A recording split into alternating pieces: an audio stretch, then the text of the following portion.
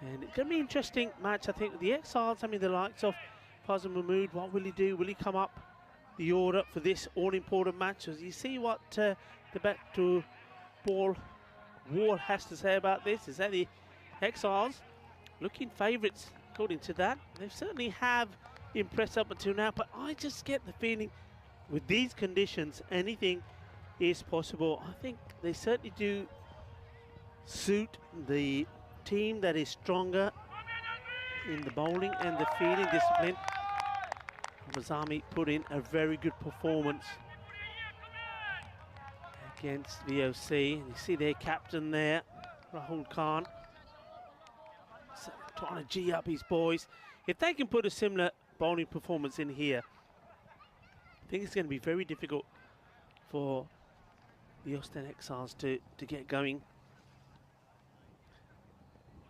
They're going with similar striker, Mohammed Sulaiman.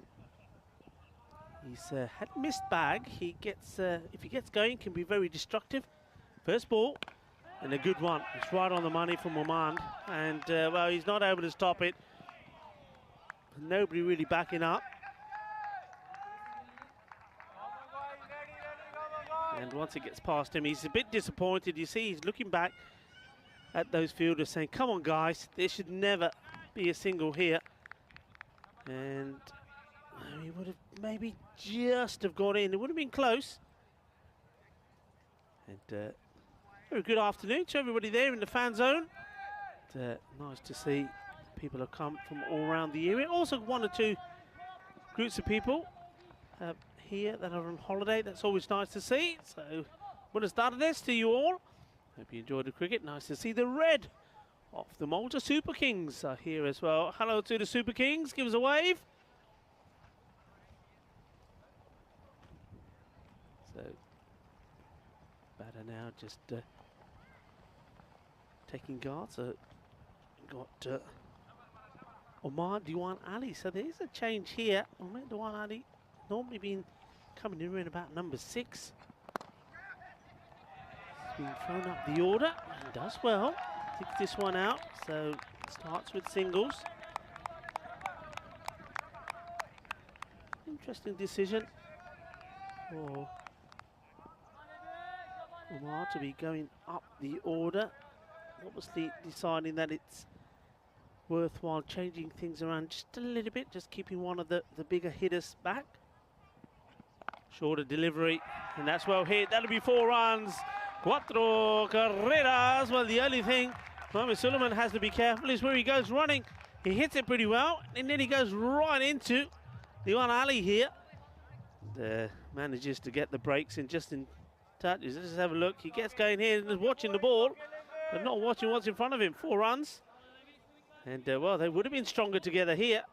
And just managing to avoid each other. First boundary on the board.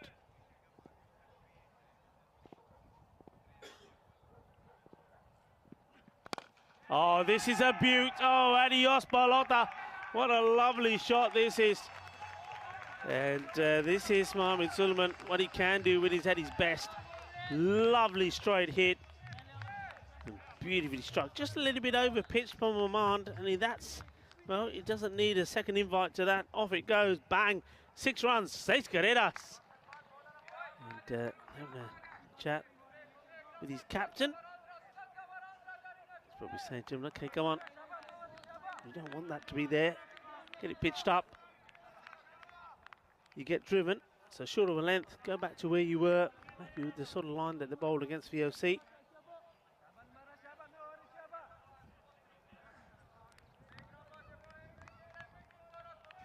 See some darker clouds starting to come over this way here now.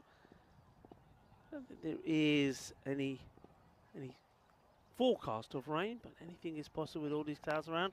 Shorter into the body. Fielders has to get down. They do. So single taken. So Sulaiman into double figures now. Ball to go in the first 13 on the board.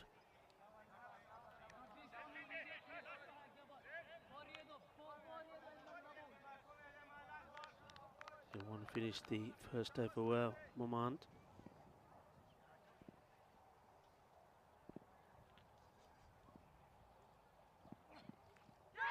And they've got their wicket. And it was that shorter delivery again, short of a length. And Amadou Ali, he has to go. He gets elevated up the order.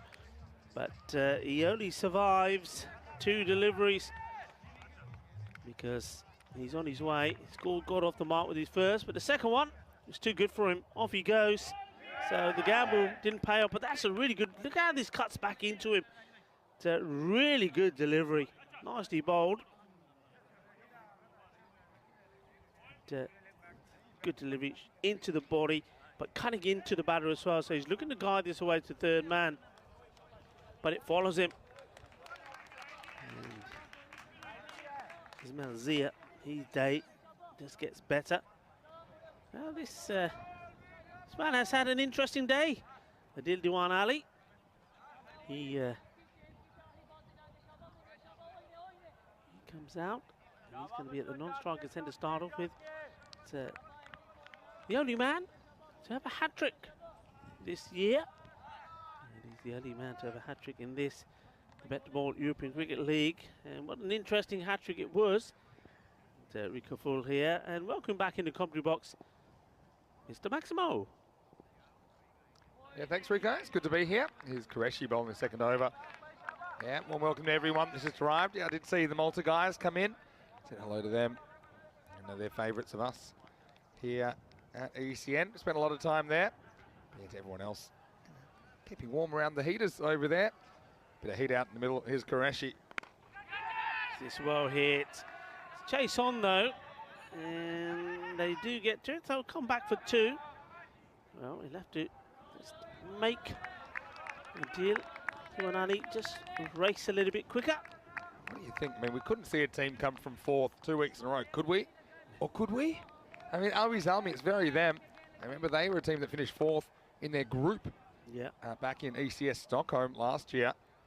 Ended up beating everybody and then winning the playoff to represent their country. Put a bat on this.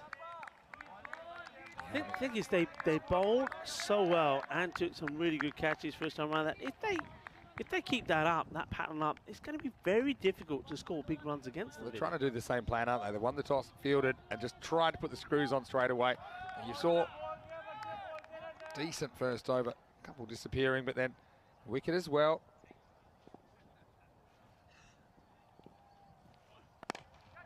Shot in the air, the fielder comes across and takes a really good catch. This is what it's all about. Well, I thought he'd hit this pretty nice and straight and he was going to get away with this. But with that wind holding things up, and Alazai comes in, takes a fantastic catch. So it's another wicket, and it's the dangerous Mohammed Suleiman who goes. And one of the things I was saying to Corey is that you know that the Austin Exiles, they're going to play their shots, but they have to account for this wind. And this one, I think that just holds up nicely. But what a good catch that is, Vinny, from Alazai. Yeah, we had to come in because of that wind, and it's died down a little bit. And I just mean a little bit because it's still pretty strong, but not easy to go into. And Suleiman, that's a big wicket for Albi's Army to pick him up for only 14. They'll certainly take that. Taz Qureshi picks up a huge wicket, and the score 15 for 2. Yeah, and you get the big guns early. They will struggle. Well, Fazal Mahmood, he's started the week as the opener, been batted really well, and then he's started to play around with his own placement in that lineup. He comes in at 4 this time. He has come in lower, but he knows he's got to bat well here now.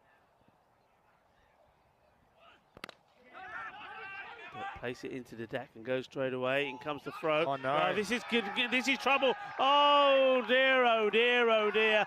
This has gone all the way to the boundary. So this will be. What will this be? 5 runs. It'll be a 5. It's an interesting one. I mean, Mahmood's such an important player. I think the fielder thinks, I'm going to take my chance to get him out first ball. And I'm not sure if it would have been out or not.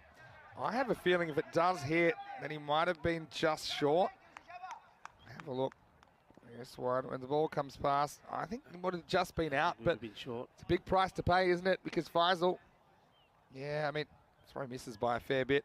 And no one could back up quickly. So, yeah, that'll be a 5. It means Adil Divan Ali will be on strike because it's an odd number. Yeah. Wow. I mean, look, I think Sami Khalil is the fielder that does the throw. I think he does the right thing.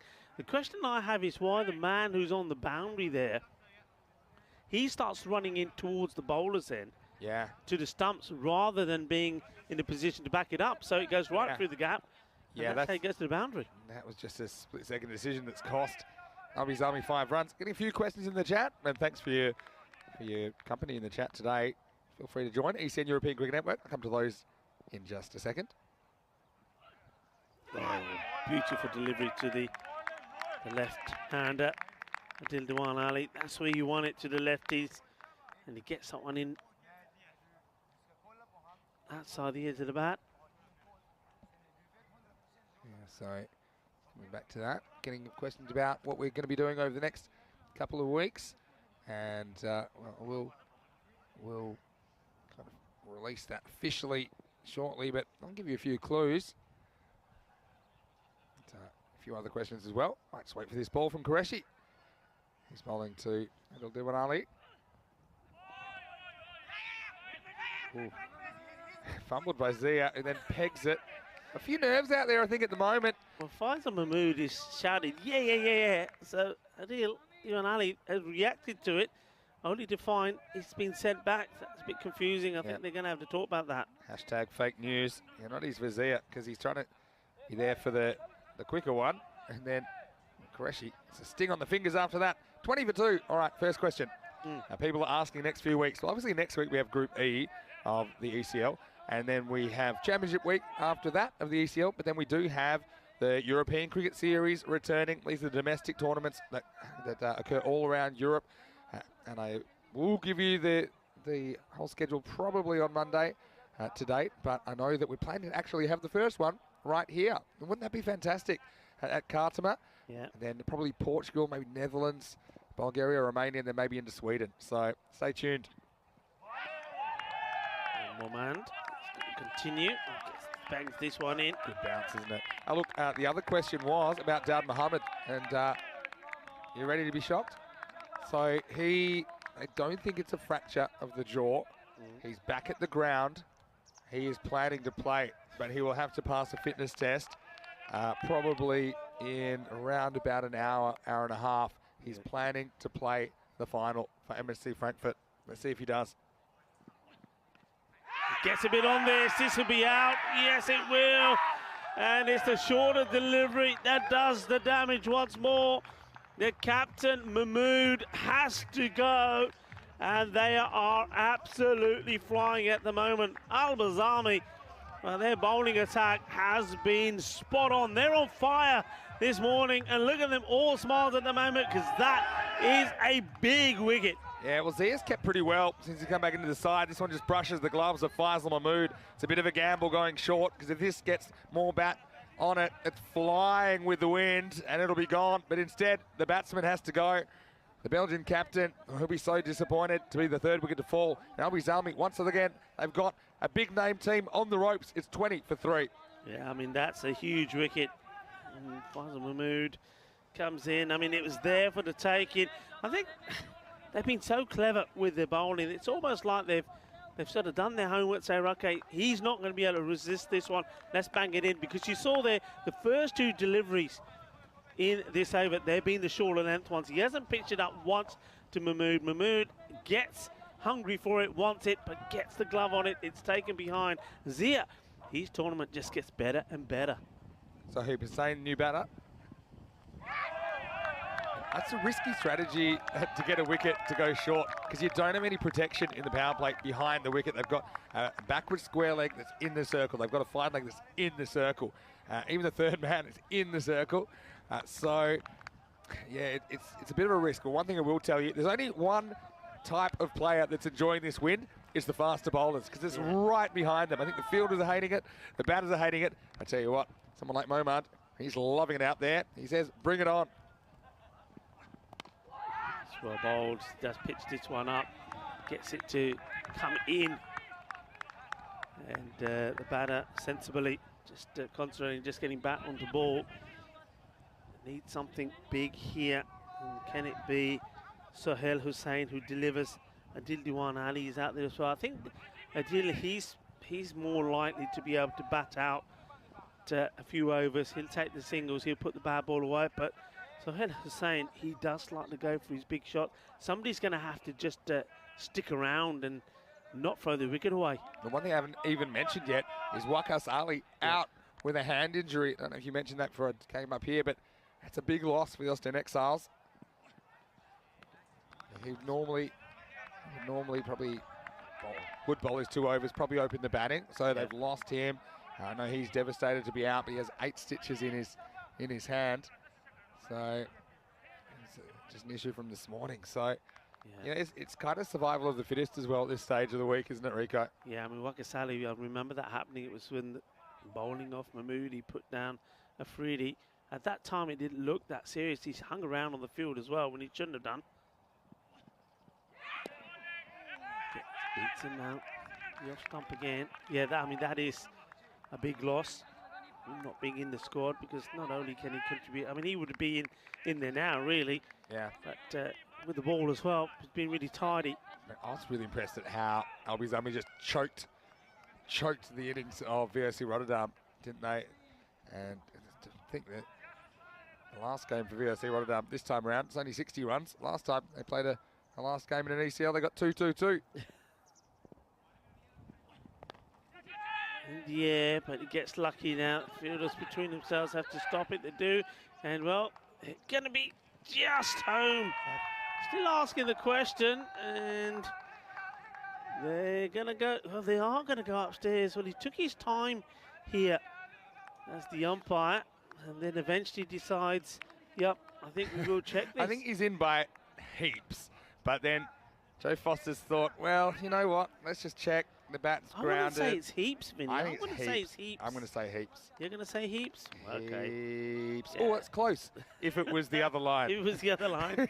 But look, you know what? There's no harm in checking.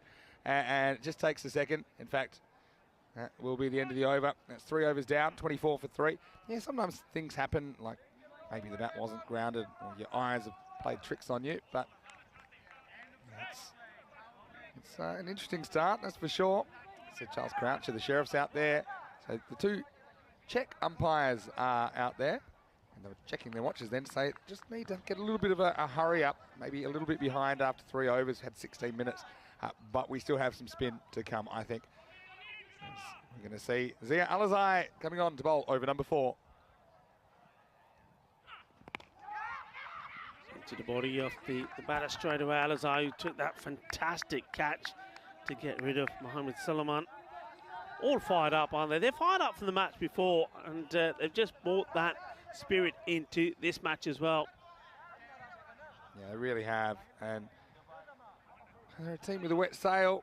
Sweden, though, Albi Zami, the Swedish champions. And they've got a lot of support back in Stockholm. We saw some of those scenes yesterday. Slow delivery, puts it up in the air. Fielder comes in. This is another chance. And it's been taken. Clever bowling from Alizai. They get another wicket, and this time it's Adil Diwan Ali that has to depart, the left-hander. He's trying to be a little bit too cautious. He gets done with the pace. He doesn't really go through with the shot. Puts the catch up there into the deep, and no mistakes from the fielder. The fielding has been spot on, and that's a really good catch. And it's Tas Qureshi who's done good work with the ball, and now with the catching. Obviously his fingers have recovered from that blow earlier. Qureshi, well, he returns the favour, doesn't he? Because it was Alizai that took a good catch off Qureshi earlier in the innings. And this is just a clever bit of bowling by Zia Alizai. It's this off-cutter delivery. It takes a bit of pace off. You could see from the side on just how early Adil Diwan Ali was through that shot. It gets high, and we know today, if you get it high, unless you get it really good, it's not going to go the journey. But still an important catch in difficult conditions, because it wasn't carrying. He had to go in a long way to get there and then compose himself. He did. And another wicket down, 25 for 4. Top 4 all back in the shed now for the Belgian champions, Austin Exiles. How do you come back from this? Can you come back from this? Alizai. Edge. Ooh, almost had it. Really, that was a difficult one. I think he's gained I think he's almost wrong-footed himself here. I actually think he gets in a pretty good position balance-wise, but he's just beaten for pace. See here, yeah, actually, slightly wrong-footed. That's a positioning thing. I talked about it a bit last week, didn't I? You see, you want to try and avoid having to track the ball to your left. Yeah. I think if he starts a metre left, then he actually gets there and catches that. Yeah, good spot from you. You're obviously listening, Rico. Storm just paddles this to the man at third. What's your opinion on this helmet being, as Corey said, at first slip? I don't think it should be there. I mean, why is it the umpires normally tell you that it should. I know we've had it say, the umpires say to us, no, you need to move that, get it behind the stumps. I mean, but do they? If they keep it out there, it gets hit. They're the ones that get penalised. For example, you can't have your helmet at deep mid wicket or something. It has to be behind the stumps. That's the rule. Yeah, I mean, you can see it there, what we're talking about in the picture. That helmet, instead of being right behind the stumps, it's sort of where, yeah, we're going to stick with sort of the line of first slip. I think it's crazy to have it there because it's the reason it should be behind the stumps is the least likely place for it to get hit. I'll see what's going on here. But I think one of the batters has probably asked for, looks like gloves that are coming out. He's not happy with the ones that he's got. So, yeah, there we go. Now a quick changeover. Yes, I mean, a bit of feedback that way. I mean, I would say the fielding team are silly to have the helmet. I'd actually say you don't even need that rule. I just say to the fielding side, put it where you want, because the smartest place is to put it behind the keeper. I suppose maybe you don't want it somewhere you're going to trip over it, but you just want it where it's the least likely place to get hit. Corey would say, get it off the field. Why is it on the field? You're just creating a target for 5 runs. All right, Zia Alizai's been very good here. Got him this time, and that's beautiful bowling. Absolute sensational. Barber, it's too hot in the kitchen for him. He has to depart as well. Oh, this is just quality. This is quality. It's what we saw against VOC Rotterdam from Al-Bazami, and they're just repeating it here again. They're pace bowlers. Well, nobody has been able to get hold of them. I mean, there's nothing more beautiful than a keeper to get a little regulation edge, and this one isn't as thick. Ismail Zia, he has a little smile on his face. He's had a good couple of days. And what he did last time, he did save the 4 when he got a glove on that one to his right, so he did knock it down. Yeah. And the very next ball, well, how's your luck? You get a little regulation outside edge. That's 5 wickets down now already, and we're not even out of the 4th over. It's 27 for 5. Yeah, I mean, it's just great bowling. And they bowled, I said this a number of times in the last match against VOC, they just bowled intelligently. They bowled down the right channel, they bowled the right length. And only Momand, I think, a couple of deliveries he overpitched, went to the boundary. Other than that, they've been spot on. Yeah, here comes Alizai. Just be a wide down leg side.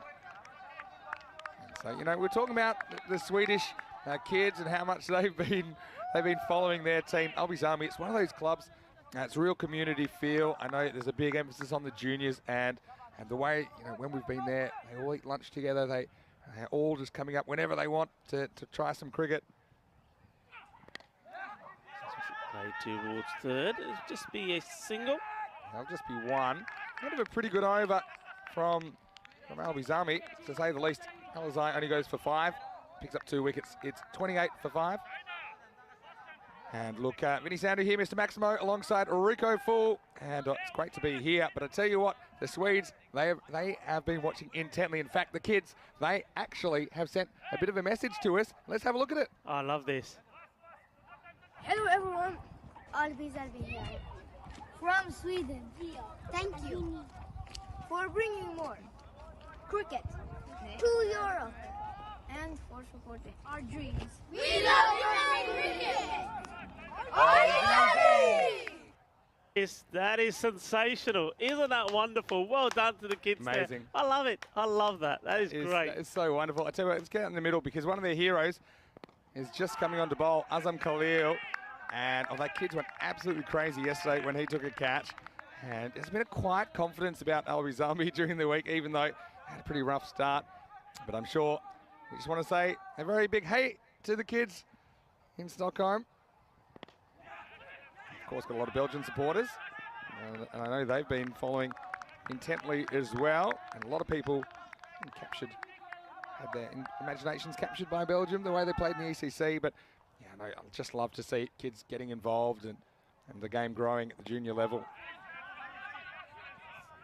Just trying to rebuild here, aren't they? The Exiles, Exiles. I think their thinking now must be, well, okay, we know we're in a bit of a pickle, but even if we can get to, well, let's try and get ourselves to the 80s. Yeah. We've seen that that sort of scores can be defended. It has happened a few times.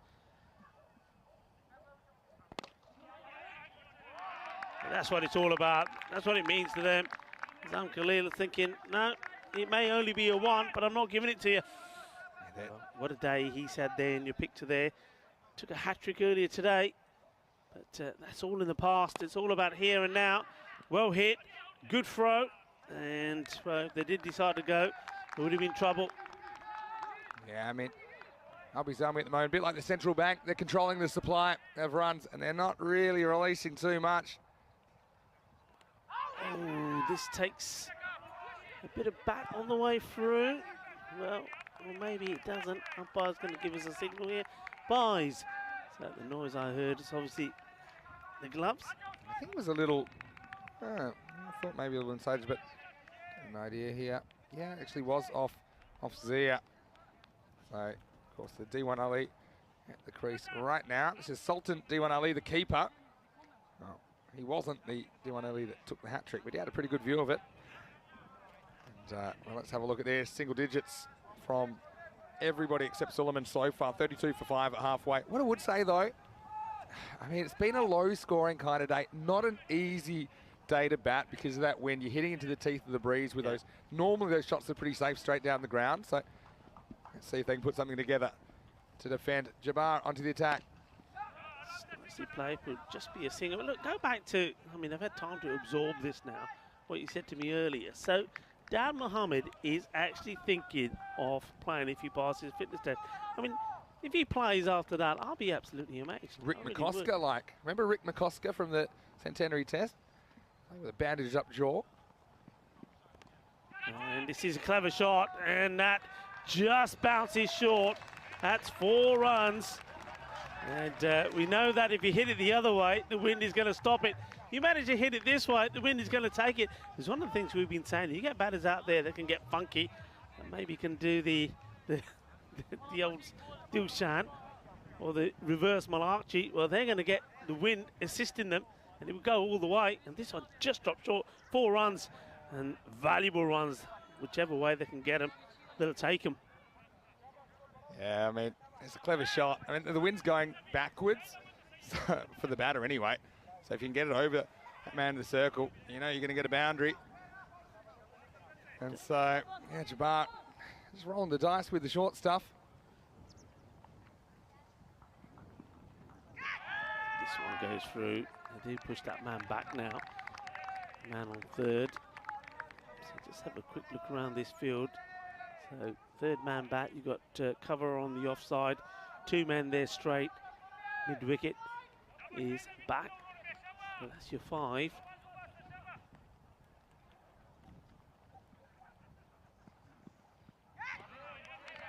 Another swing and a miss. Yeah, I mean, it's been pretty good at not conceding runs of boundaries as well. I mean, in the first over we had a 4 and a 6 together. But in fact, after that, that's the first boundary we've had since the 4th ball of the innings. So that's basically half the innings without a boundary at all. That's a good bit of judgment from the batter. He looked to try and aim this towards third man. He decided, no, this is going to be a wide. And well, he was correct. It was. You don't need to play at that. The wide ball signalled.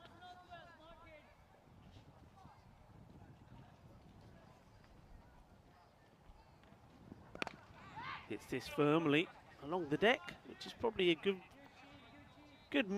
method if you're going to be hitting it straight, hitting it along the deck. At least you can't be caught.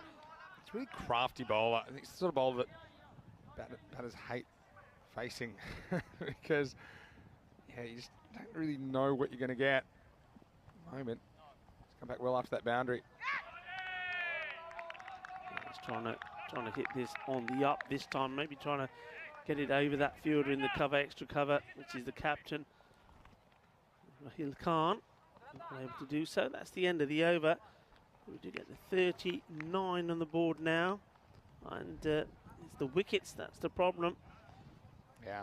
This 6 over mark. So what do you reckon? Where do you think they could try and get to? 2 a ball gets them to 87.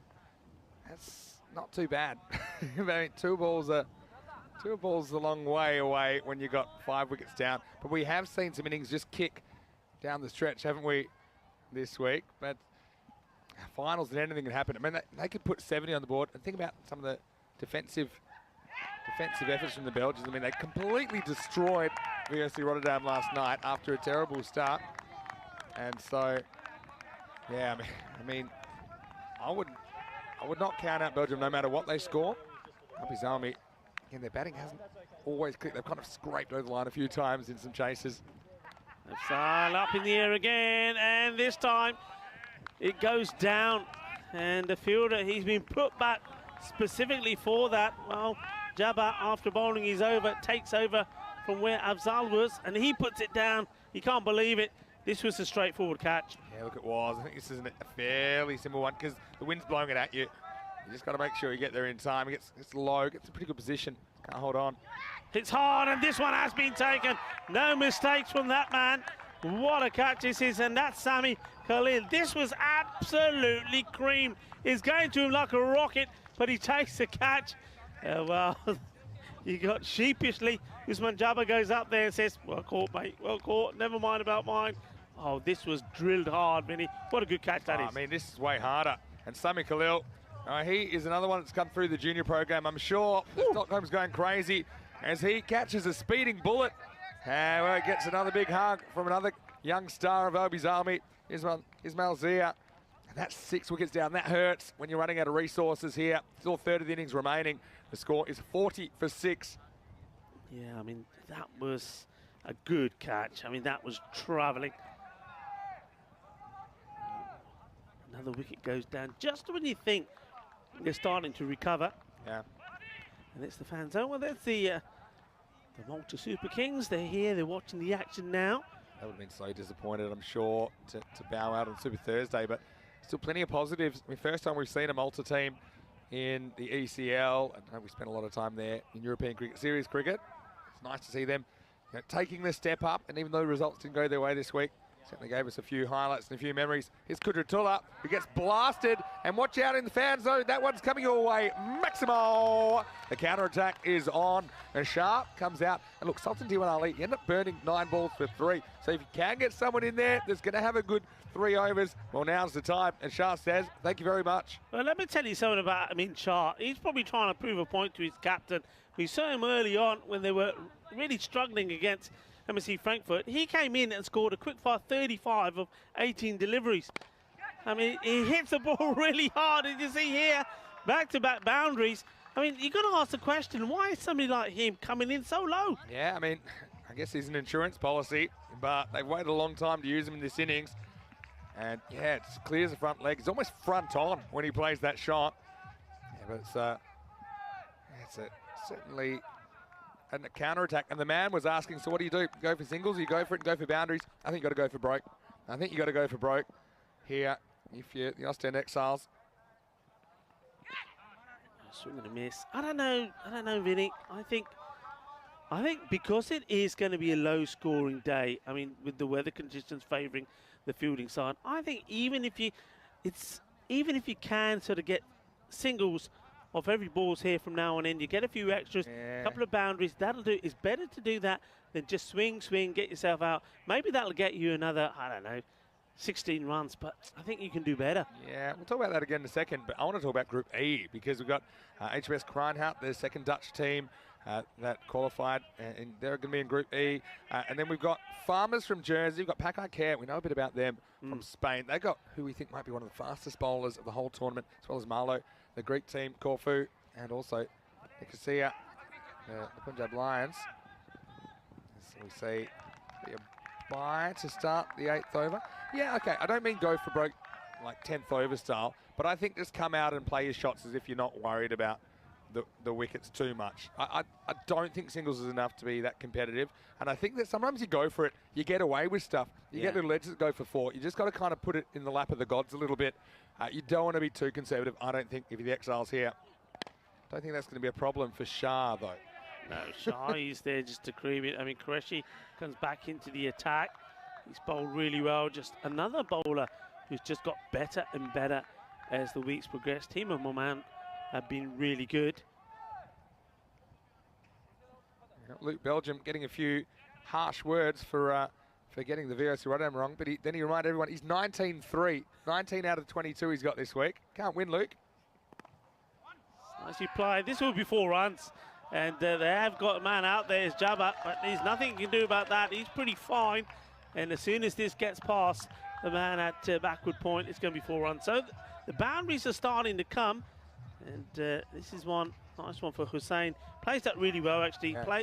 Sees the balls coming up onto him, and he just sort of angles the bat into that area. And the key to that shot is don't try and hit it too hard. Yeah. Don't try and hit it too hard. Just make sure you get some good contact. And yeah, if that's more edgy, it probably goes to the man at third man, but because he gets a fair bit of the middle on it, he ends up racing away to the boundary. So I just feel a bit of a kick coming now.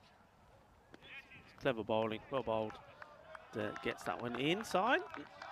He knows that he feels the bowler that they're going to try and take him on, that it's going to be some big shots coming in here.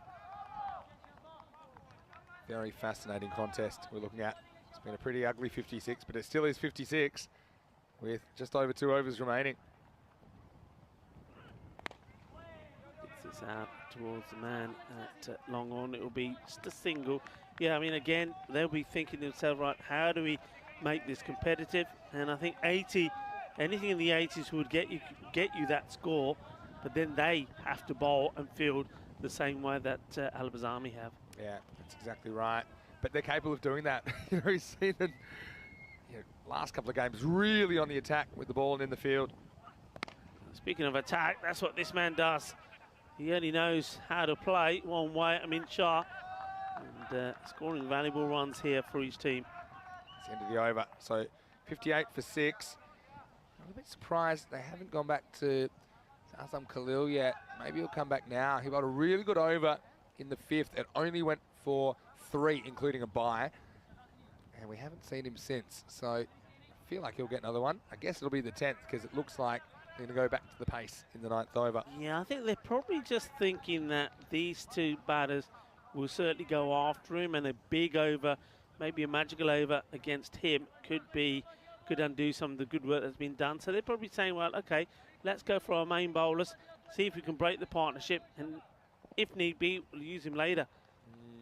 Not too much later left. Here's Alizai.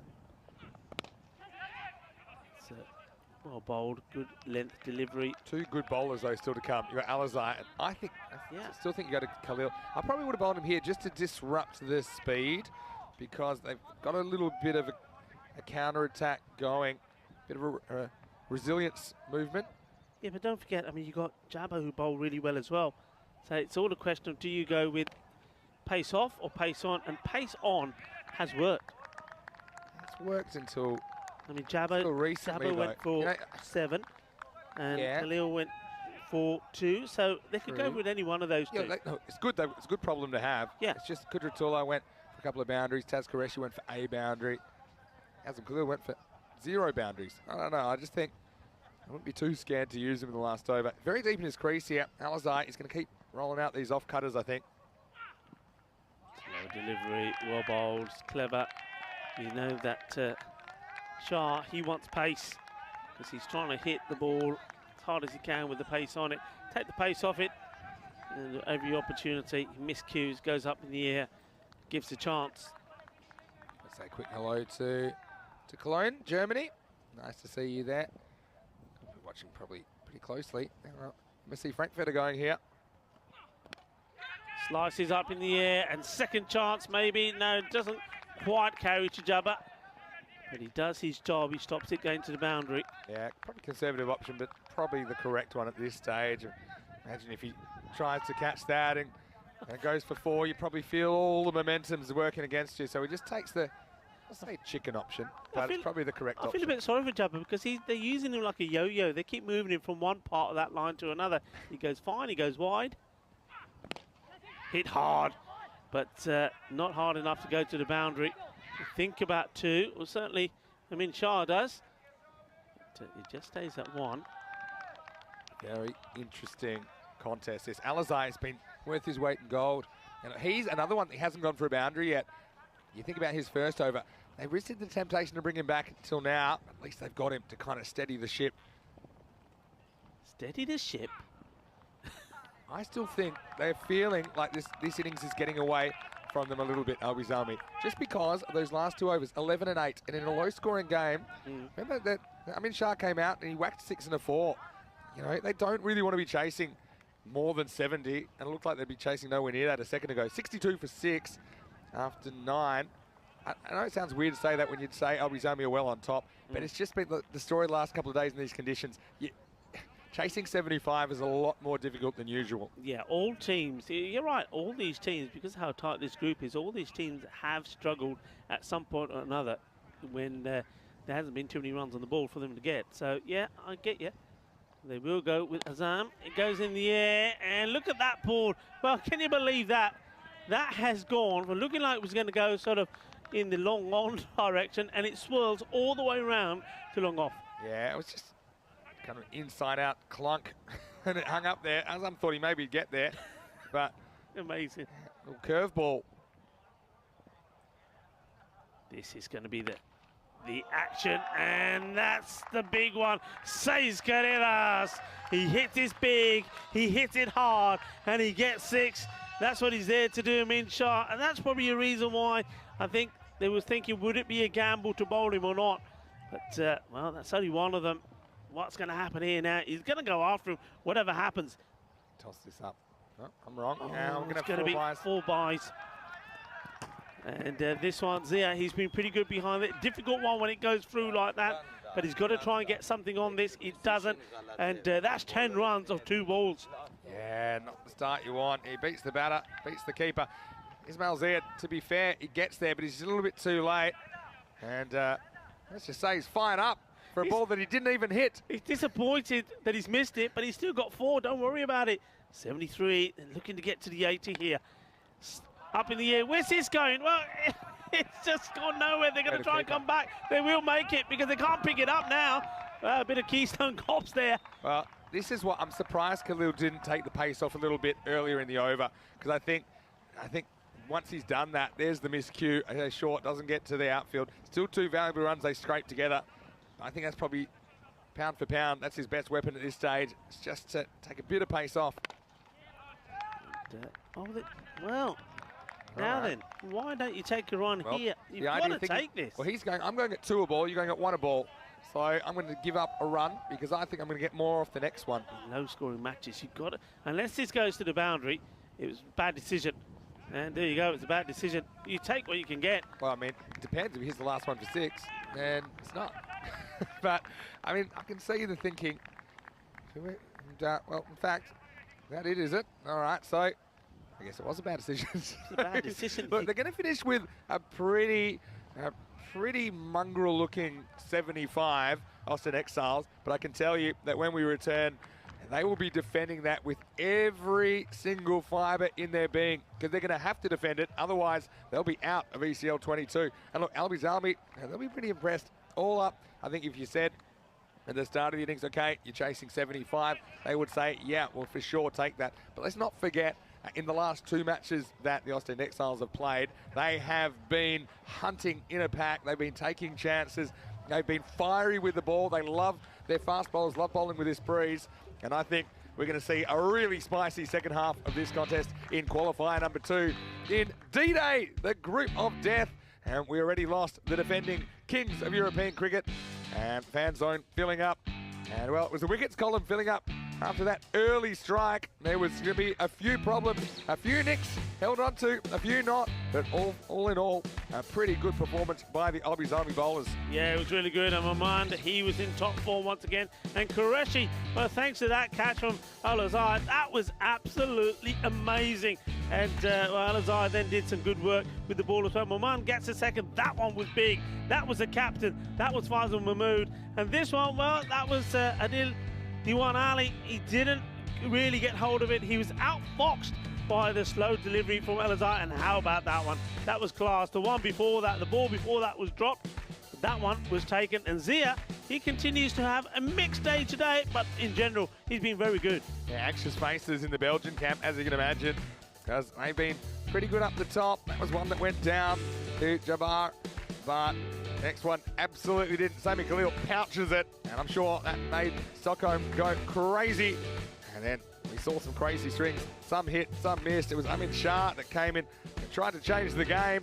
He's had some good lower order, just swing-a-thons this week, and he has swung them to a fairly reasonable total. That was a bonus, 4 buys, and a little bit of a knock on the noggin from Amin Shah, but it didn't matter. He got the result, and normally 75, I'd say, you know, probably 90-10. I'm pretty sure it'll get chased down.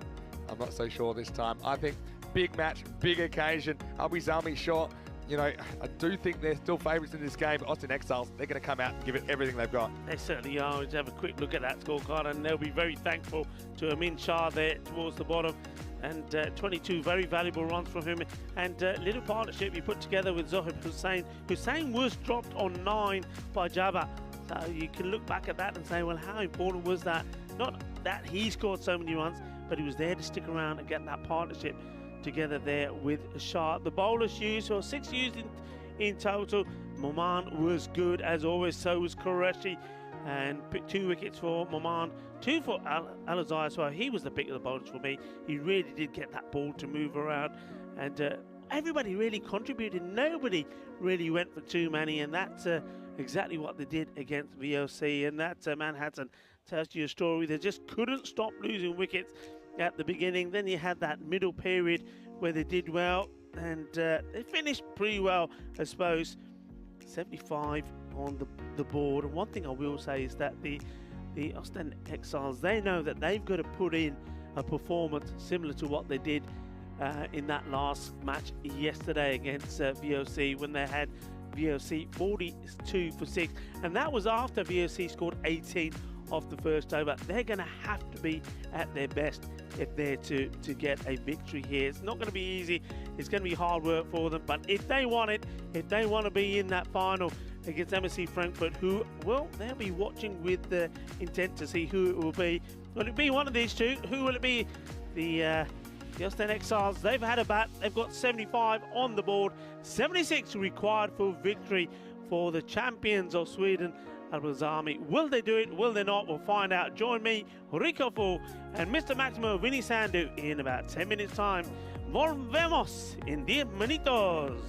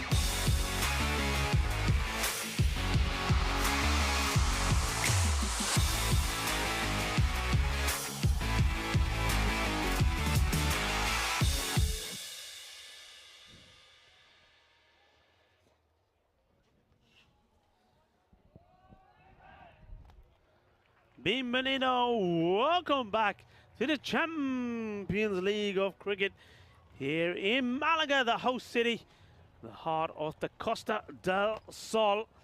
And it is finals day. One of these two teams are looking to join MSC Frankfurt in that final coming up a little bit later today. Who will it be?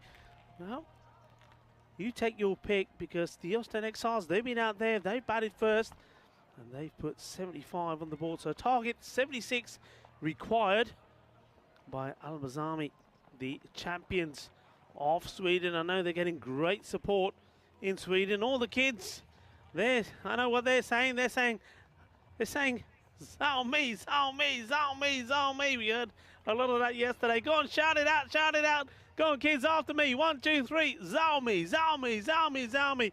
Well, Al-Bazami, they are a team that are loved, well, certainly loved in Sweden, loved around the world as well, I think now.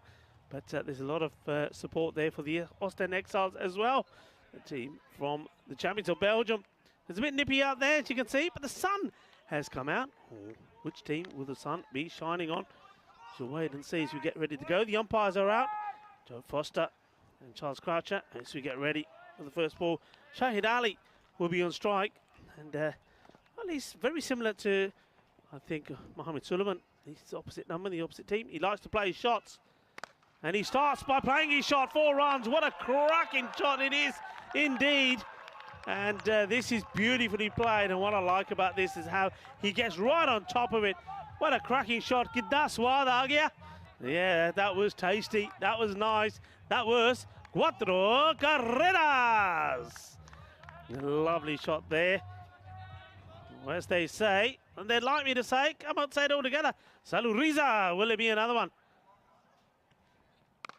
It's in the air. Oh, he dropped it first time, but he takes it on the rebound. It's a catch taken. A little bit of luck is sometimes what you need. And, well, what a big moment that is. First ball 4.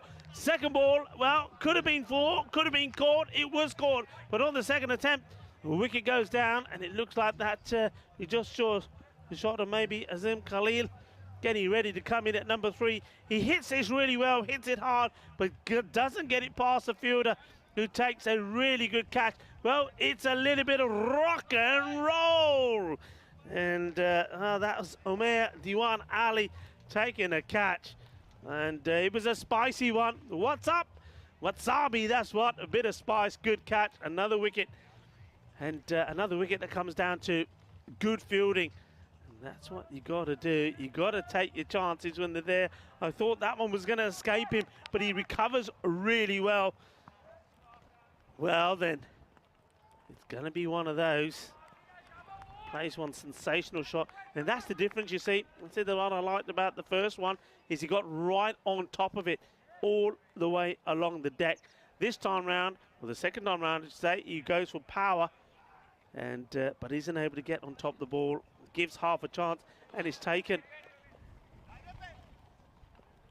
Well, big moment. Amin Shah. Well, could this be his day? He contributed with those vital runs. 22 of them in that partnership. Worth 35 with Zohib Hussain there at the end when they were in all sorts of trouble. Now, gets the first wicket. Azam Khalil on strike. Places cautiously. Takes a single. Gets himself off the mark. Tense moments out there. Both sets of fielders and teams feeling the pressure. And, well, look at them talking about pressure. They're certainly feeling it as well. They're quiet at the moment, watching their man. And, I'm sure they were screaming with delight when the boundary was hit. But that wicket has got them feeling tense as well.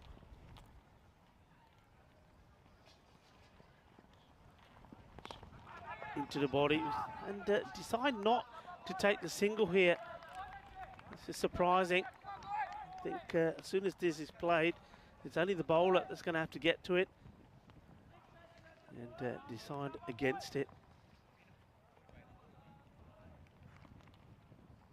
5 on the board. wicket down.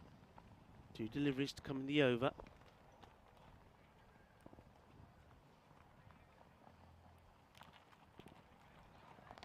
Short. Fielder gets down. No run there. Good attacking fielding as well.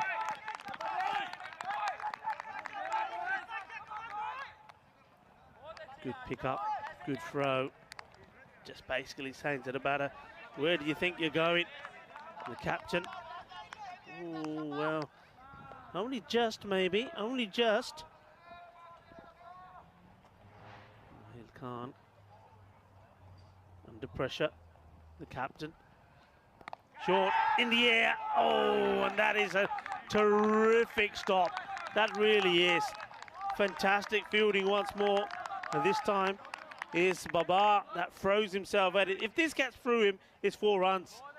He goes for the catch because he knows getting a wicket here. And that's another one back and more pressure. We'll see it again here. Just drops on him. But what he does well is he smothers it. He makes sure it doesn't get past him. They do go through for a single. So Rahul Khan, the captain, will be back on strike.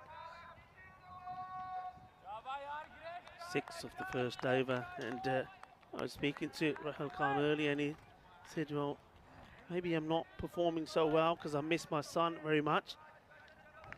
Adam. Oh, Adam, if you're watching, maybe send lots of love across to your papa. Give him some luck. Because he certainly could do with some at the moment. And this one will be called a wide. It's not the best of starts from a man that has been so good all the way through this week. Faisal Mahmood, not just as a player and a captain and with bat and ball, but outside the field of play as well. He's been absolutely brilliant, and not enough that he's got to look after what happens on the field of play. This one is a swing and miss. So comes back with a dot. Yeah, not just everything about what happens out there with his team, but I've been told by the ECN staff that he's just been so good with everything that he does, all the administration side that needs to be done behind the scenes. So thank you to Faisal Mahmood for being outstanding in all areas. And he comes again. Fuller delivery, and this could have gone anywhere. Gets a bit of inside edge on this. Gets a single. So scratching around. Sometimes when you're not in good form, well, that's what you got to do. You got to graft. You need a few things to go your way. There he is, and I'm sure he is thinking. Has been thinking a lot about Adam, his son. He wants to do it for him today, he says. Shot, but straight to the fielder, but they will get a single. And that's the important thing to do there. When shots like that, you've got to go straight away. You've got to have a good understanding because you're always going to get the single. And a good time to welcome back into what a tensed commentary box as well. Really handed. I think we have been working together too long. So I was just about to say, I feel tense. And so, wow, Faisal Mahmood trying to keep his team in this tournament. Finally struck. Be a single. Yeah, I mean, tricky little target for sure. You see the captains coming together there. But, yeah, when I think about it, I wasn't so sure about Rahul Khan at the top. I thought maybe throw in a few hitters. If they backfire, you've got him kind of in your back pocket to kind of know how to approach his innings. But he has decided to take the responsibility. Slower delivery. Has he picked this? And it goes. It's going. It's going. Arriba, arriba, arriba. Seis carreras. Shipgiza. That's big Shipgiza right there for Albies Army. This one just curves into the swing up. Khalil takes a bit of a chance because it is outside the off stump, but he knows the wind's assisting that side of the ground. This one carries the boundary comfortably. 6 runs. Big hit. This time out on the off and a good effort, and I think that's going to be enough to stop it. That's really good. Well, they've got us. Oh, I think this probably has gone for 4. And how do you let this go for 4? You've got to stop it. The fielder has done so well there. Adil Diwan Ali, he's taken the pace of it. You've got to stop this. I don't know. He doesn't run there quick enough. I don't think he could stop this. And it was a teaser. Look, he takes off straight away, but it hits the rope before he swipes it. Have a look. He needs to be sliding here. He needs to slide and pull it back. I don't think you can blame the fielder.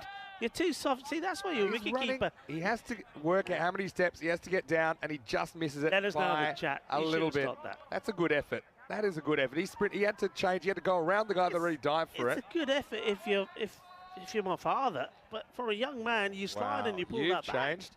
I'll get you out there. You pull that back. Doing a beep test. Okay, we do it. Thought he gave it 100%. Nah. He's got to slide and stop. He did. He threw himself at the ball. 21.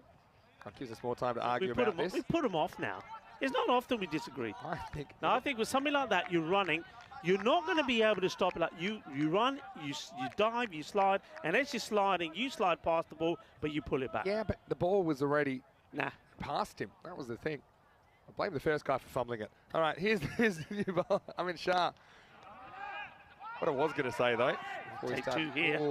Oh, I'll get there. What I was going to say is, look, if you needed two guys to bat for your life right now for Albies Almi, they're at the crease. Rahul Khan and Azam Khalil. Honestly, they performed for Sweden, the national team in the ECC, so it's really experienced. So if you're not going to go for the kind of shock and awe power play and then have these two in the middle order, then you need them to bat through the innings and score the run. Simple as that.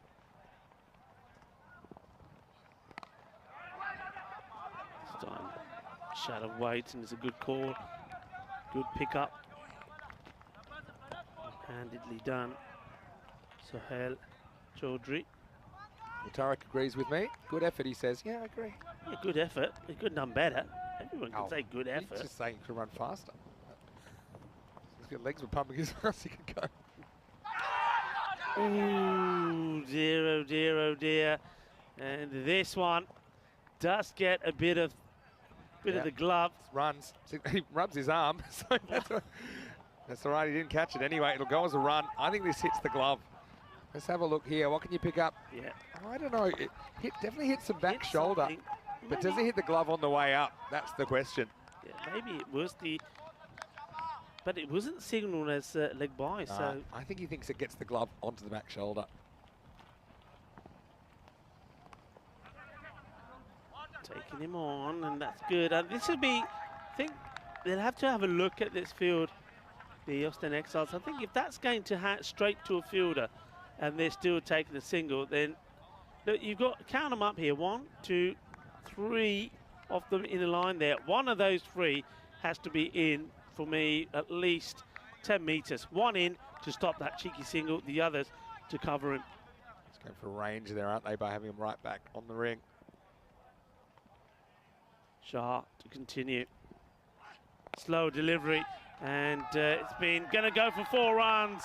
This is a really nice shot, and he's starting to come good, is he? When it matters, the captain, he waits for it, and he knows if he gets enough on this, going to the area of the umpire at square, is going to be 4 runs, and that's exactly what he does. Uses his feet well, that's the key here. Gets to the pitch of the ball, and sends it packing. 4 more runs. Yeah, it's a friendly bounce the first time. Shot from Rahul Khan, got to the outfield, so should he have stopped that one, do you think, Rico, or? No. Okay. Well, no one's stopping this, because this is up and away, Maximo! Rahul Khan, well, moves to sweet 16. That was a sweet shot right out of the middle of the bat. Shpakiza, that's what that is. A lovely shot. It goes all the way. Manos arriba, arbitro. 6 carreras más. And I love the way he kept his shape there as well. Kept his shape, head perfectly still, smashes it away. And that's probably exactly what Azam Khalil is saying to him there as he's tapping him on the lid, saying, that's the way to do it, Skip. That's the way to do it. Me and you, we're bringing this home. We're making our way into the final. And, well, the Austin Exiles, they need something to happen. They need somebody to get some wickets here now. And maybe this will be the moment. Looks like they're going to go for a man I was very impressed with. Bowled really well last time. It's Hussain. I mean, remember, Hussain picked up 3 wickets in that last match, and so did Adil Diwan Ali. Are they going to be the heroes in this one? It's Hussain first.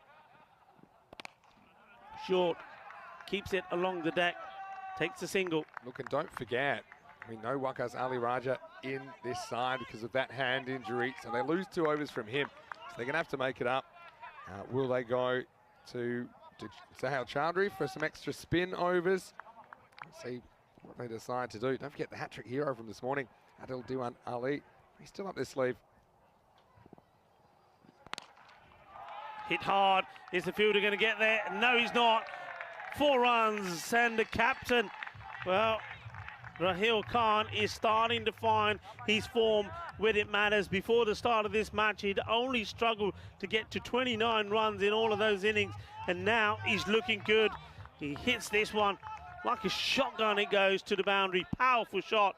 Just needs a start, but he can't waste it. Raheel Khan gets a few pats on the back from Azam Khalil.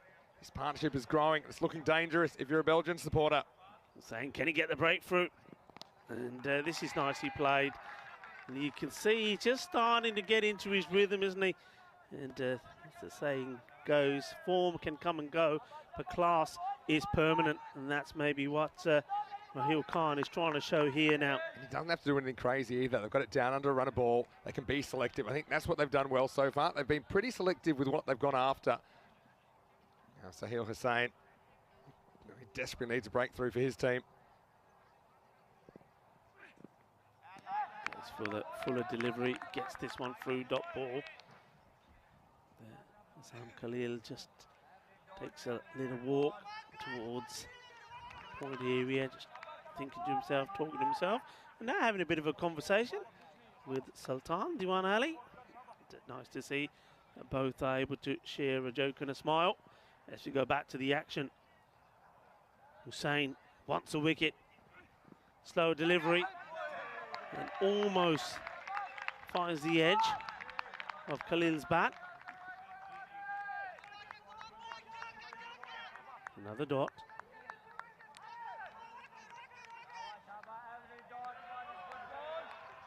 So, last ball of the over coming up. And some quite sad news coming through as well. We're both in shock here. Yeah. Yeah, so that's the end of the over. It is 40 for 1 after 4. Well, join us here, Mr. Max Movini Sandu alongside Rico Full. And it's great to have your company as always on the European Cricket Network. And well, we just seen reports that unfortunately Shane Warne, it appears that he's passed away as well today. So shocking news. I'm quite shocked with that. And we've had the news already, of course, of Rod Marsh, and now this as well. Oh, this is just, I'm in shock. Yeah, I can't believe it. I mean, it's obviously growing up in that era. I'm a huge fan of his work, and of course, look, all our thoughts, of course, to his family. You know, condolences, I think, from us and everybody from ECN when that news gets around. I'm absolutely shocked. Yeah, I am, honestly, especially on the back of Rod Marsh, who was one of my personal heroes, and the sad news of him passing away as well overnight. So, yeah, well, again, I think all cricket lovers would say he's a larger-than-life character, and yeah, it's very, very sad. I'm trying to get back to the game here, and Raheel Khan, he's really doing a good job leading his team, which is what you want from your captain. I mean, I thought maybe we had the strategy with him to get back into the middle order. Yeah, I mean, interesting, they're going for Fahad here and didn't go for the 3-wicket hat-trick hero of the last match, Adil Diwan Ali. This is hit well. This is going to be an opportunity, and it's been taken. And Azam Khalil, he went for the big shot, and as soon as he hits it, he can see that ball is not travelling as well as it normally would. It's being caught up in the wind that we're talking about. It sort of ducks or dips, I would say, really quickly, but the catch has been taken. So they rolled the dice and went with Zadran Fahad, and he does get the wicket for them. Yeah, it just gets off the end of the bat, and I think Azam Khalil is going to be super disappointed with that. Because up to then, I think he's been pretty good with what he's gone after, and it's always going to be a tough shot into the wind. So that's a key partnership broken for the Belgians. And the score now is 42 for 2. Still plenty of batting, of course, and they just have that runner ball. Could have an intense chase here. Look, you know, we're all in shock here as well. Obviously, we were in shock the other day with Rod Marsh being admitted to hospital. So, you know, that one, I guess there was a bit of concern already about that, but this one comes completely out of the blue. So, well, Rico, we're just going to get on and try and finish this match in the way that we would hope does the sport proud and does these players proud. But I mean, yeah, I mean, every so often the game's touched by a character which changes the game. He was one of those. So, so right now we'll just get back to our jobs, and hopefully you can too in the chat. But obviously our thoughts are with all Shane Warne's family and friends and teammates. And I've known quite a few people that played with him, and he's certainly a very big personality. And yeah, that's shocking. Of course, I read his autobiography, No Spin, actually, a couple of years ago. So it's quite a story. Anyway, let's get back to the game. Here we go. Game in the balance. And it's going to be Zadran Fahad, the slinger, who comes on. And he picks up the wicket of Khalil. And now he's going to have to deal with Zia Alizai. So, I mean, a pretty good player to come and replace Azam. Yeah, I wonder Alizai whether he would try and play his natural game, or whether the captain there, Rahul Khan, has probably said to him, look, come on, just stay here with me. Don't have to go crazy. He's on strike at the moment. And, well, he goes crazy. He hits this big. This goes all the way. This flies over the giant European Cricket Network ball. Big hit, big shot. Shaba, shaba, boom, shaka, lagya. Yeah, well, this is Captain Caveman style from Rahul Khan. Been waiting for him to come good, and he gets something that he can get under. And the wind just not super strong at the moment, just strong. So he gets it up and he gets it over. Yeah, Fahad just missing his length there. Rahul Khan, he's doubled his run tally in this innings. And now he's going to go. He sneaks this one behind. Oh, the captain. He just played a fantastic big shot. All he has to do really is drop the bat on this. Look at the rate. The rate doesn't require too many boundaries. Pick the ball you're going to hit and then take the singles. And he just tries to go for one too many. And he goes. So you're losing Azim Khalil there. And then now the captain within balls of each other. And maybe that's what the Austin Exiles needed here. You see, this one, he goes for the similar shot, gets a thick edge on this, and he has to go. So Zadran Fahad has taken 2 in this over. He's got rid of 2 dangerous guys now. Well taken catch as well from Sultan Diwan Ali. And the captain will be disappointed because he's got in. And today we found it's been very difficult for any batter to get themselves in. So he'll be believing once you're in, you got to stay in, and you got to see the match home. And he's not able to do that. He departs. And, that means that you've got 2 new batters out there, 49 for 3.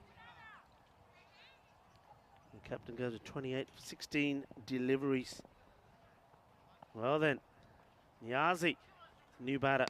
And it's this on the up to the outfield. I'm just wondering now whether, when you look at this, what's required here, as the 50 does come up, and at the end of that over, it is 50. 3 wickets now down. So, in terms of where they need to be with runs, they're more than on course for a victory.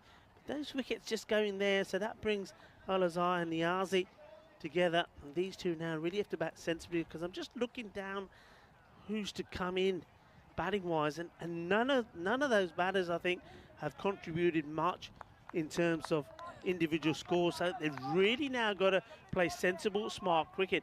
But is this an opportunity, Vinny, for Austin Exiles to put the pressure on? Bring somebody in on mid wicket so they don't take the easy singles. Put a bit of pressure on. They've done it on the offside, but not on the leg side. Yeah, it's an interesting one. Less than run a ball. They go to spin now. Oh, he's put it down. Can you believe it? This is straightforward. Wow, and it That gives away one, a run. oh dear, they get a run as well. But that one, well, when it's tight like this, you could say, if that's taken, maybe you're back in this match, but it gets dropped. Yeah, I mean, that's when you feel like you lose momentum when you drop catch like that. His Army nervous times out there. Oh, and another one, and this will go to the boundary for 4. And that's what tends to happen. And it's a catch that should have been taken by Sohail Hussain. It wasn't, it goes down, and next the edge goes to the boundary. Would you believe it now? Sohail Hussain, he dropped one very similar in the match against, well, in the last match, of course, and it was a freebie that he put down. And now he's done it again here, but this one could really cost him. He tries to nudge this away in an edgy fashion, but he wasn't meaning to get it that.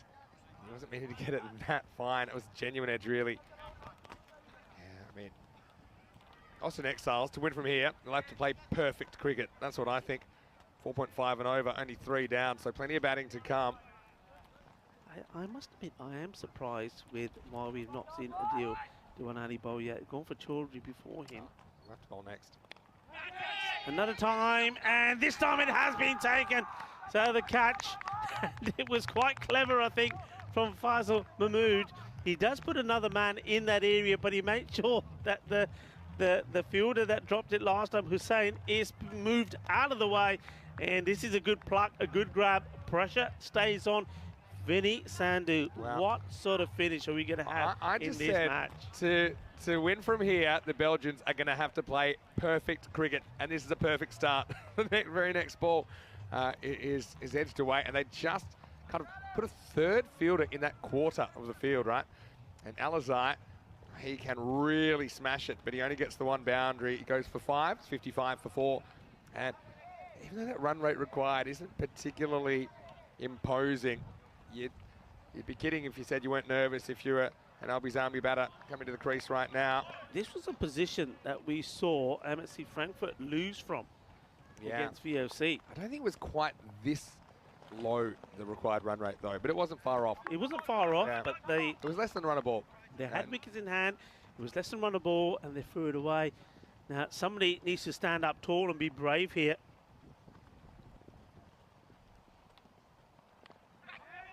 It into the ground, no run. Every dot ball adds a bit of pressure though as well, but Taz Qureshi, he doesn't mind giving it a smash as well. He's a guy that can open the batting. Rahul Khan decided he wanted to do it, and he did a pretty good job as well. He'll be upset that he got out when he did. Yeah. But I mean, to have any chance, they had to remove Rahul Khan and Azam, and they've done that now.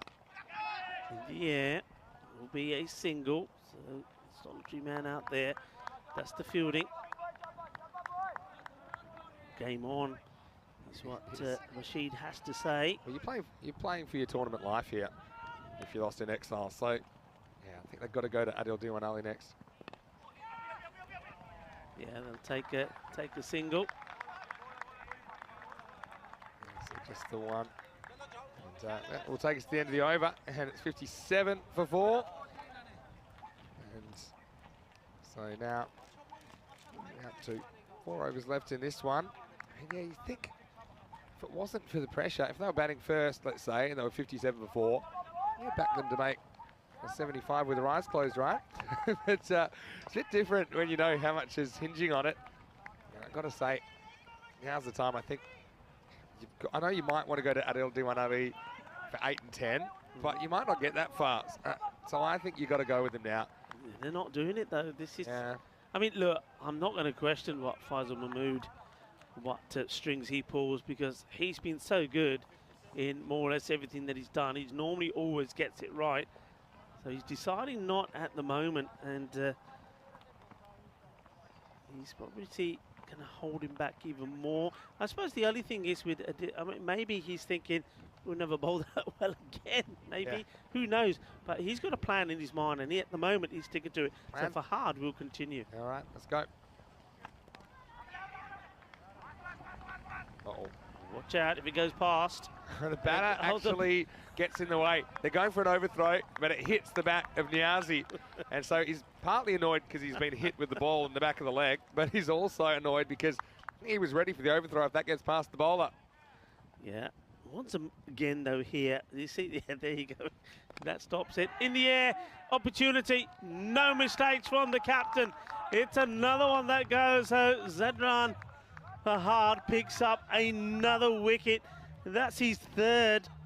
And we know he's been good before, I'm sure. Memory comes to mind. We remember him taking 3 or 4 wickets earlier in the week as well. But this one is a nothing shot. You see what he's trying to do here? This is the pressure where you're thinking, I don't need to play a big shot. I just need a single, just need a single, just need a single. Get there and just dab it for a single. But of course, all he does, because of the angle of the bat, he loops a catch. And you can see there in the cap, they can't believe it. Another wicket.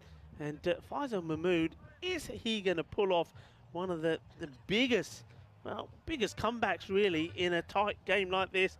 Another wicket goes down. And it's all happening out there at the moment.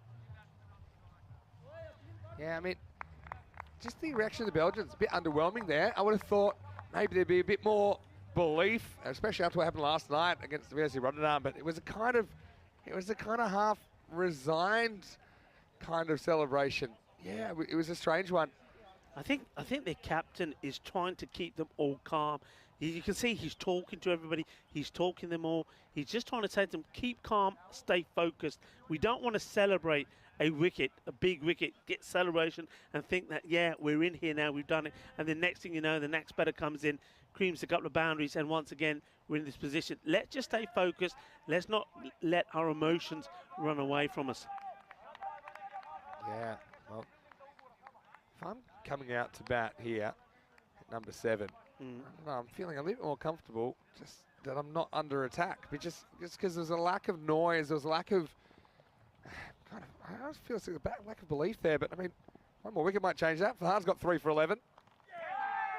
That's really well bowled. And, I mean, it's one of those, isn't it? I mean, I'm talking about getting a fielder into the mid-wicket area. Maybe I'd also be encouraging my keeper to stand up. Now's the time. You know, now's the time to get the dots, get back in the game. Shorter one, interesting delivery, but no runs from it. And that shows you again the mentality now of the batters that are coming in. I think early on, if this is bowled at you, you're taking it on. You're pulling it. We're going down to the wire here. Feel like we're going down to the wire. Have a look at that. It's 18 required, 20 deliveries. Going, cover comes in, or point comes in even further, which I think Fahad has got 3 for 11. He's going to keep that off stump attack, and he's got those fielders kind of hunting down the ball. Edge gone, and this probably would have been a wide. And again, this is all about batters coming in and thinking, play cautiously, play safe, don't attack, don't need to attack. And then you chase a wide one, get a snick. Here's another one in the dugout. Well, Sultan Diwan Ali makes no mistakes, and that's a 4th wicket for Zadran Fahad. Yeah, can you believe it? 4 wickets, and what an over this has been when they needed a good one. Yeah, it might have been a wide, thick outside edge. It's got feeling for the ball. Bowling to a plan. They had an offside plan there. And nice catch taken behind the stumps by Sultan Diwan Ali. That was rising on him. And, well, I said it was a bit muted the first time. Well, now they are making a lot more noise at 58 for 6. Nervous times in a thrilling qualifier number 2 here on D-Day. Well, he bowled really well against VOC Rotterdam when he took 3 for 6. Well, he's given a few more runs away, but, well, he's taken 4 wickets. He's got a ball to go. Could we see another fifer? Well, got one chance. Wow, I mean. Now, this young man, the last time we saw him, he needed to perform, didn't he, the wicketkeeper Ismail, and he did. And didn't he do it in style? Is he going to be the top trump here for Al-Bazalmi? Been the story of the last couple of days. Yeah, I think he's a good man to come out at this stage. How's he deal with this ball? Last ball of the 7th. Well, they're asking the question. They believe they have him. They're celebrating. The umpire is not moved. The batter does not believe it. Well, maybe they're just trying to buy the 5 wickets here. It's delayed appeal. It's slightly delayed. They needed a second to be convinced here, the Austin Exiles. I don't think this will pick up too much, because if it was one, it's thin. It was a nervous shot, little walking nothing shot from Ismail Zia, who took a couple of balls to get going, then went bang, bang to get them to finals Friday. He survives. That's 7 overs down, and the score is 58 for 6. So now back at run-a-ball pace. Not often you see it go below run-a-ball pace, then come back to above run-a-ball pace. This is what's coming up, and the next match will be 4 p.m. GMT, which is 5 o'clock in Central Europe. It's 9:30 p.m. in India, and it is the biggest match of the week. It'll be the final. MSC Frankfurt, the Germans, they were straight through to the final after winning Qualifier 1 this morning. They'll play the winner of this match. The toss for this match will take place pretty much straight away after this result is known. So, well, now, what do you have? 50-50? I mean, down to your last 4 wickets, 3 to go, and surely, I just think there's got to be something wrong with Adil Diwan Ali, because I don't think he's going to bowl this over. They're going to go back to Chowdhury. Chowdhury had a pretty good first over. Finished with wicket .11. Didn't go for 1 boundary. Run a ball. It is a run a ball. This will be one of those. You've got to be a bit brave here as well. If it's there to hit, hit it. I mean, don't be too conservative and play yourself into a hole. I'm not saying be silly. You're absolutely right. You're absolutely, and I think that's what you look at those wickets that have fallen. That's why they've fallen. They've been afraid. And that's better. That's what we're going to see from Zia. Zia is not going to be afraid. Good confident shot. Yeah. But see, now because of the way they've done their bowlers, now Adil Diwan Ali will only get 1. Yeah. If he bowls the 9th, can't bowl the last. So that's why I thought maybe you bowl him here, and you can always bring back Chowdhury if you want. In the air, opportunity, I think. Takes his time, important catch, and takes it. It's another wicket that goes down. Oh, my word, is Niazi. He's watched it all happen at the other end, and I'm thinking maybe he's going to keep the cool head. He doesn't. He goes the aerial route, and anything that's gone that way, bar 1 or 2 today, has been taken. A big catch, and the Arsenal and Exiles are looking like they're going to pull off what be a big shock here. Well, it's an epic collapse you're watching right now. They have lost 6 wickets for 18 runs. And in fact, they've lost the last 4 wickets for just 5 runs. And, well, having said that, you know, they still got 3 wickets in hand. That run rate required's not out of control.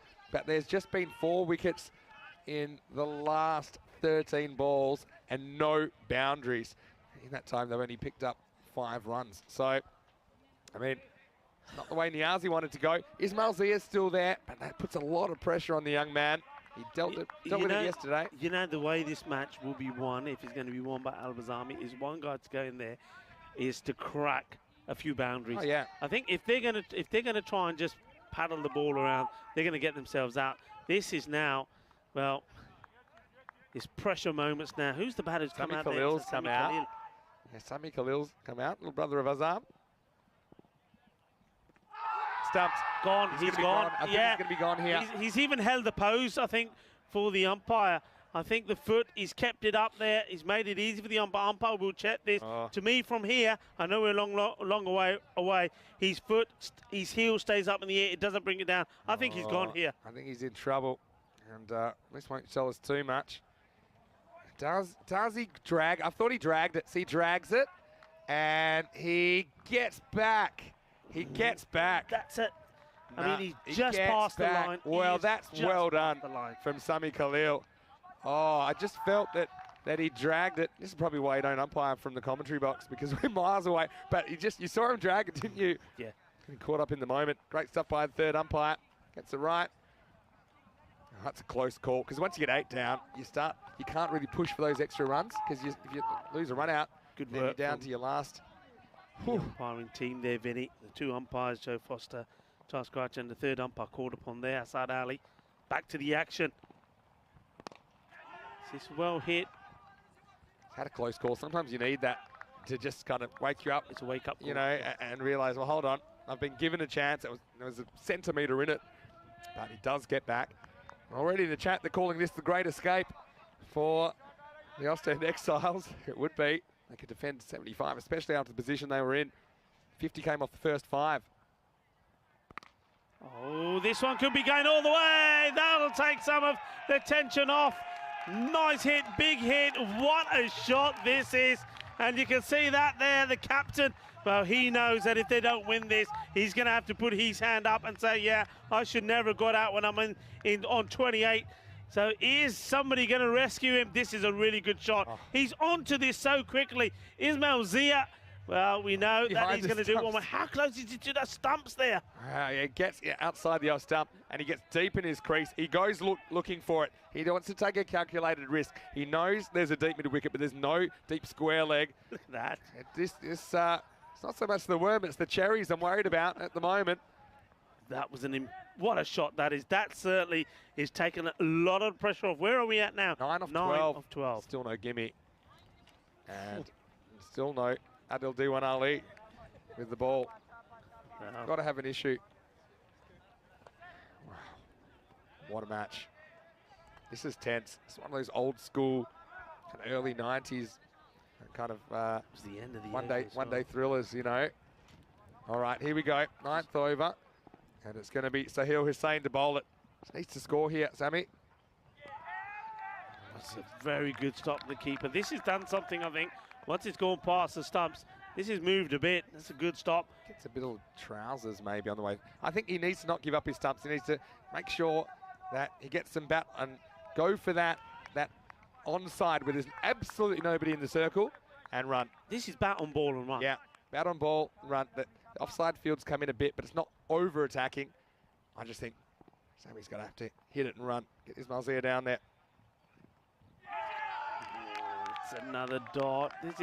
I mean, look, he's bowled. I've got to say this. Hussain bowled so well. Picked up 3 wickets, remember that. And look at this. He's got this absolutely spot on. Yeah. Good delivery. Yeah, I mean, margin of error. Again, we're talking about centimetres there. Otherwise, that's a wide. Free run, free delivery. Got the tingle, and I got it pretty bad right now. And what a match to have it. I'm not scratching it. That's what he needs to do. What a match. I mean, Austin Exiles had a very good week. I've had a bit of a bogey team in MSC Frankfurt. I think I played them 3 times, haven't won once. And Albi Zalmi trying to pull a pressure from last week, but there's, I think, more pressure than pressure in this chase right now. Wonderful. The sun has come on and is caressing this beautiful ground in this very, very tense and epic match. Hussain. What's his approach now? Goes for it, but he's hit this pretty straight. It should be okay. Gets a single. That could have gone anywhere. It's a miss hit. It's a bit of a leading edge. So he gets away with it. That's a bit more square. They got a cover that's well in, probably 20 yards from the bat, 25 yards from the bat, and he would have swallowed that. Faisal Mahmood. 7 required. Sami Khalil just can't have dot balls now. If you don't have any dot balls, you can't lose. If you're Albi Zalmi. What's Sahil Hussain thinking? He's put the 3rd man back. This might be short, and just trying to burgle a dot on like a missed pull shot or something like that. But there's no fine leg back. Risky if he does do it. Hit this well. Fielder comes across, has to get down, does. Gets the throw in quickly, but the batters will get back. That's very, very good running. Very good running. I mean, Zia seems to me to be the key man. I thought maybe they wouldn't take it on because you risk a key player here who's already been good. I mean, Sami Khalil, obviously, it's a nice shot by him as well. But because of the stumble, Zia spots it and he goes early. Better throw, more powerful throw, I think would have been in trouble. But because of that fumble, he gets home. I've been scratching my head about something and I haven't figured out what. Let's just see this delivery first. I think first. Free swing here for Khalil. Up in the air. Fielder's got to take it, and he does. Well, for a moment, I thought 2 of them were going to get into each other's way, and it's been a good catch taken by Sohail Chowdhury, but I'm not sure what was Zadran Farhad doing here. He could have put him right off. Well, who catches it? Is the infielder going back catches this, or the outfielder? I mean, normally I would think the outfielder coming in would have the right of way here because the wind's always blowing it to him. So I'm going to have a look at this on the replay because I was looking at something else. Okay, yeah, I mean, to be honest, I actually think Chowdhury should be leaving that because it's a hard catch for him. So Farhad, obviously not hearing each other in the wind. Doesn't matter, all's well that ends well. That's an 8th wicket. I do think strategically that was the correct thing for Sami Khalil to do because Ismail Zia's on strike and he has shown that he can finish with boundaries. because it's caught, even though they cross, actually they'll cross back because it's over, then they'll cross back again. So Ismail Zia will be on strike. Yeah. And so. Tell me this. Yeah, go on. Tell me this. I'm scratching my head about something, and now I know what. What is it? Taj Hussain. Why isn't he playing? Why isn't he in the? Why isn't he out there? I mean, he's not even in the. He just scored. We know last 25 of 20. Yeah. What's up? What's the situation? He must be injured. Right. He must be injured. Must have something. Yeah, I'm thinking to myself, there's a bad app missing that I haven't seen yet. Yeah, well, he's not in there. So. Yeah, and the only reason it clicked is when they went to that shot of the team, I just saw him there and thought, that's it. That's what I'm thinking of. Why no Taj Hussain? 5 of 6, and now you've got your number 10 at the crease. Yeah. You can't be too aggressive with the running between the wickets because you don't want to risk a run out. I think that was strategically a smart thing for Khalil to do, even though it didn't work out. All right, guess who? Adil Diwan Ali, and we what's happening here? Could have had a run out if he picks it up. So he's only going to get the one over here. Adil Diwan Ali, man, took a hat trick earlier today. Yeah. You're on a nice edge here because a boundary ties the game. A 6 wins the game for Albi Zalmi. Now it's 5 of 5. I think Zia's got to be pretty brave here. Just hit it correctly and see what happens. That wind is picked up as well, so he doesn't want to be going straight. I don't think you can waiting for the short. I don't think you can refuse runs either at this stage. What do you think? He's going to give it a crack. There he goes. There he does it. He gives it a crack. That is the commentator's kiss. They have done it. Al-Bazami have gone wild. They are in the final. Off they go. On the Eva. We're doing the hurdles now here as well. These are glorious scenes. And well, they're going to lift him up again because he's come up top trumps for them once more. They haven't won the final. They've only got there, but it's acting like they have won the final. And Ismail Zia, he is being carried off the field. And look at that. Look at the scenes there. They're on the ground. They're kissing the ground. They can't believe it. What a match this was. Look at those sensational scenes. That's what it means to them. European cricket at its best. Well, how you like that? Well, they're not letting go of him. He's saying, I want a bit of him as well. They say, no, leave him up there. Oh, that is absolutely sensational. Well done to Al-Bazami. They have booked their place in the final against MSC Frankfurt. But also, let's not forget the champions of Belgium, Oxford Exiles, because they've been absolutely brilliant here as well.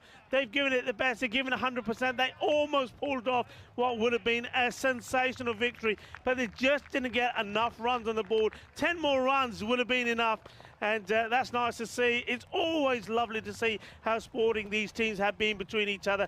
Vinny Sandhu, what a match. What a game of cricket, honestly. And the game burns brightly here, doesn't it, at the Champions League of European Cricket. And look, the finisher, the hero, Ismail Zia, he was brave and he was smart beyond his years as well. That was a brave shot to play to a guy that's bowled so well today. I think tactically you've got to go back to the fact that Adil Diwan Ali only ends up bowling 2 balls in the match. He was so good last time. But Zia, he takes the chance, gave up his stumps. He used the wind really cleverly. He took the ball up and over it for the victory for the Swedish champions, Albi Zalmi. I'm sure they're going crazy in Stockholm, but look, let's take a minute to appreciate the Oxford Exiles and what they've brought. And yeah, they're a bit banged up. Of course, Wakas not able to take his place in this 11. But they certainly have provided a lot of entertainment. Mohammed Suleiman, of course, Fazl Mahmood, the Diwan Alis as well, all of them. And certainly we hope to see them again at some point in the ECL, and we'll probably see them in the ECS later in Belgium. But right now, it's all about the Swedes, and what a performance. I'd love to see what happened in the hall down in Stockholm when that last one got hit for a Maximo to take them into the final. They will be have a sudden death matchup now, another sudden death matchup against MSC Frankfurt for the right to return in Champions Week. Yeah, I mean, it was a game that could have gone either way. It was going to be a low-scoring one, a low-scoring battle, but, well, it does go to the way. It did go to the last over. That man there, the captain, we thought that maybe Rahul Khan, he was going to see it through. You saw there Azam Khalil saying to him, you keep going, Skip, and he did. He played well. 28 he scored of 16 deliveries. But, well, when Azam Khalil went, he went for the big shot. He probably thinks as soon as he hits it, I shouldn't have gone for that, Skip. I should know better. I know that it's going to take a huge hit to clear the boundaries. Alizai came in. Was he going to be the key? No, he wasn't. He sneaks one behind as well. And then the captain, when the captain goes, well, that was big, because you really think he's got to see them home, because then the wicket started to fall, and you heard Vinny say that collapse. It was a huge collapse. They were just giving their wickets away. And I said at the time, the way they're going to win this game is somebody's going to go out there and hit a few balls big, and that's exactly what happened. And it was that man there, Ismail Zia. But I'll say this, Vinny, can you imagine that ball before they thought about the single? If they'd taken the single, if he did miss with that to the single, it could have been a different story. Could have been run out, and I was saying that tactically, I don't know if you could refuse runs when you're so close to the target, but if he had, well, maybe he never would have got back on strike. Yeah. But, I mean, they did it the hard way, didn't they? But Zia, once again, came out, had a really kind of nervous-looking first ball where he kind of wandered down the crease, but yeah, this was Sami Khalil. I like this big shot, because if you can get a boundary there, then I think you probably tie the game or go close to it at that stage. And then Zia, he watches this. He knew, I think, as soon as he hits it, that's gone. And, well, this is a bit of deja vu, because it's Sweden jumping over the barrier, or shades of the European Cricket Championship. And, well, doesn't take too many people to lift him up in the air. Doesn't weigh that much, Ismail Zia, but he's the hero of qualifier number 2. And they will be returning the Swedish champions, Albie Zalmi, in the final later on today. Certainly will. Well, number 13 is unlucky for some, but it's lucky for Albie Zalmi, because his number 13, Ismail Zia, that has got them there. And look, we know about his batting. He's done it for them the second time, but behind the stumps, he's been sensational as well. Yeah, no, he has. He's kind of been in and out of the keeping position, but he's back, and I think he's a player playing with confidence. He'll believe anything's possible. Look, he just summed up the situation there. I think that was the way they were going to get a boundary. Didn't risk it down the ground, and the field was set so that he could get it over the infield. Let's talk about the final, though. It's coming up in around about an hour and 15 minutes, which is 4 p.m. GMT, 5 o'clock in Central Europe, 9:30 p.m. in India. And now we know it'll either be the champions of Germany, MSC Frankfurt, or the champions of Sweden, Albie Zalmi.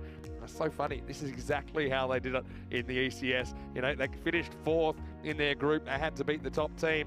And that's exactly what they're going to have to do again here.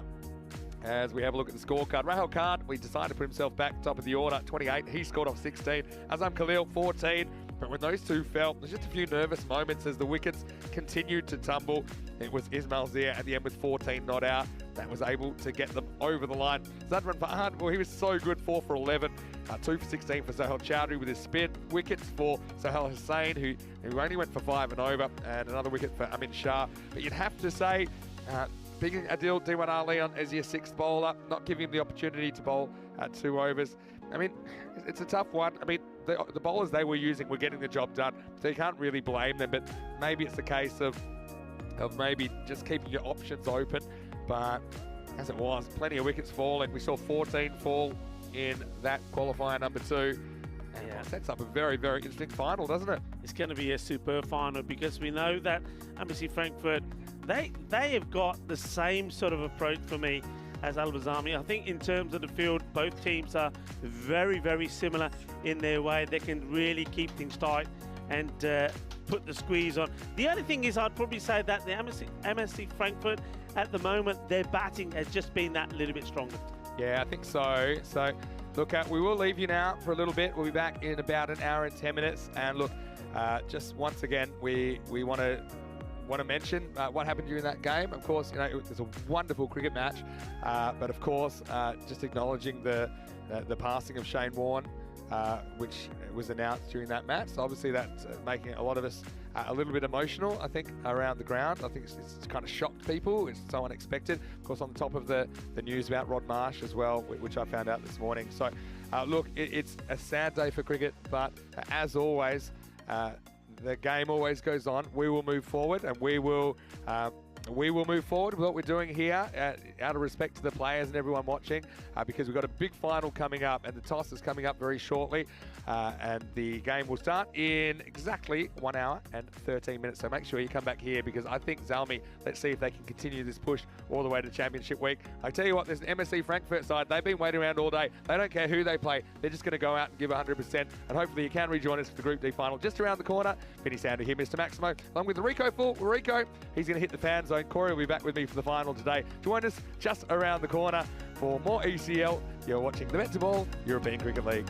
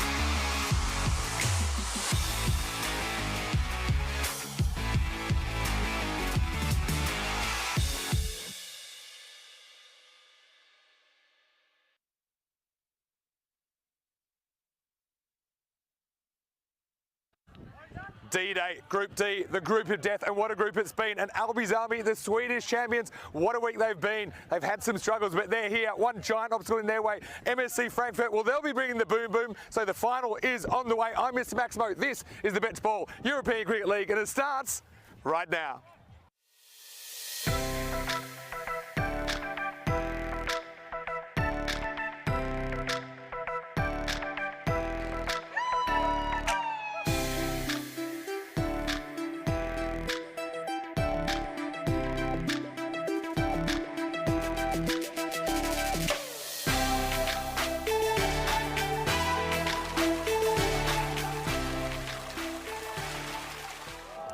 Hello and what a week it's been. Welcome back to the Bets Ball European Cricket League. Group D, the group of death, it has not disappointed. And now we just have two teams standing. It will be MSC Frankfurt, the German champions, taking on Albies Army from Sweden in the final of Group D. And only one of these two teams will meet the other qualifiers in Championship Week in just over 1 week's time. Well, it's a giant coin toss, so you need a giant coin. I know that Rob Kemming, the tournament referee, is with two captains out in the middle for the coin toss.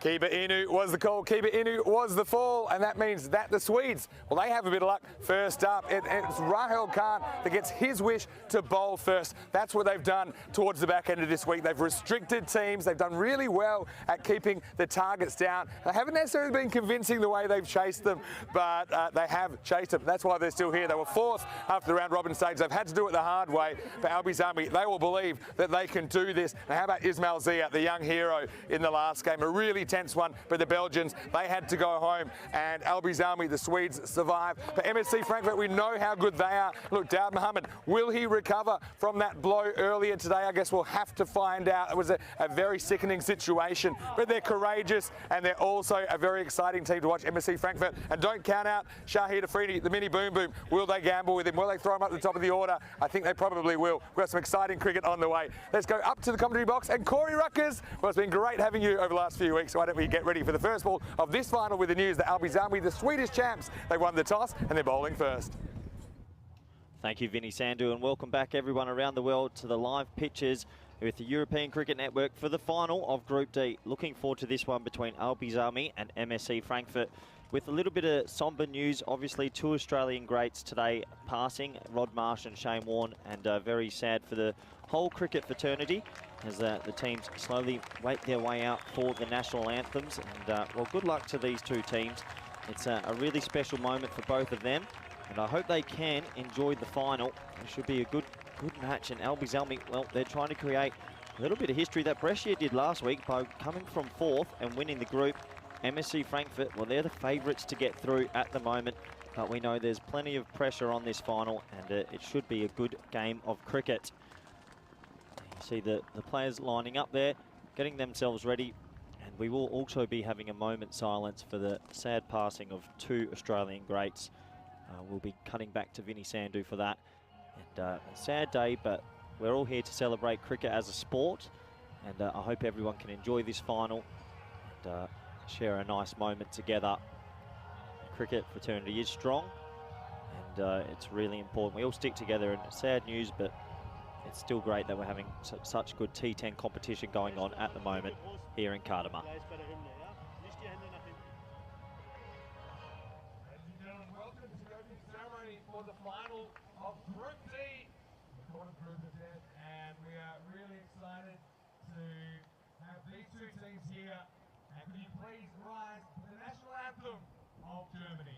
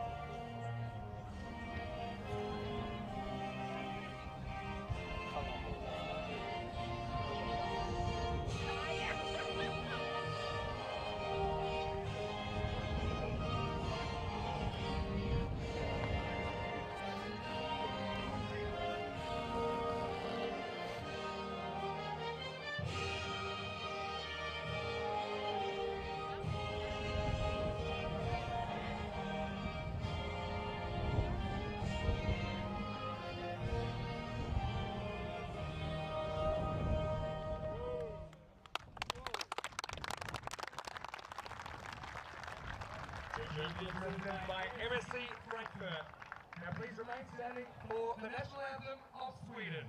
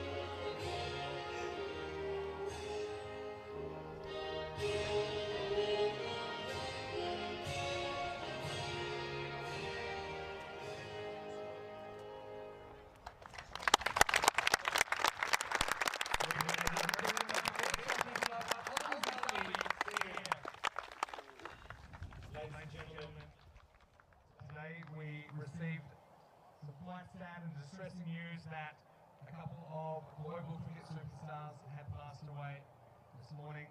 We received the news of Rodney Marsh, former Australian wicketkeeper, batsman, and then very recently we received news that Shane Warne, champion Australian leg spinner, has passed away. It's a very sad day for cricket, and we would like to now honour their memory, and we would like to invite anybody at all, players, spectators, officials, now onto the field, down the stairs, so that we may express a moment of silence.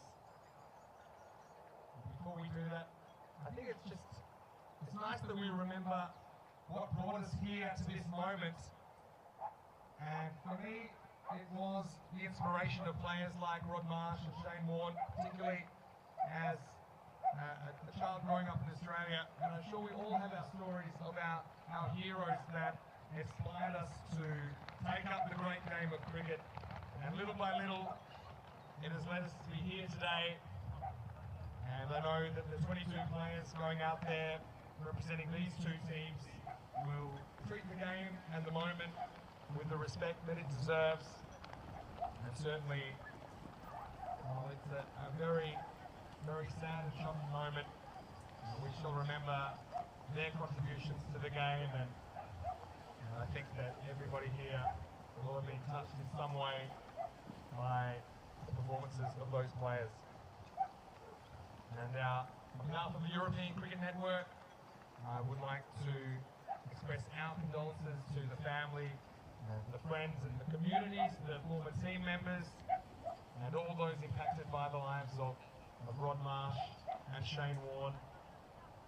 And certainly would imagine that their memory and their legacy will move on forward with the game of cricket as we push the game forward to new frontiers and to new locations. They shall be remembered.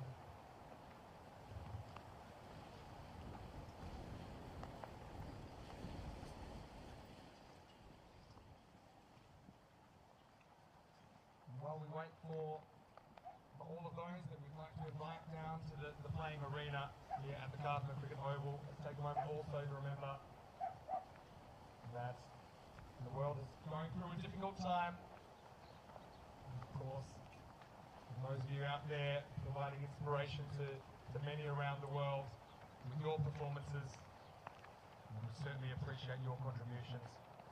But let's now please take a minute of silence to remember the great Rodney Marsh and Shane Warne.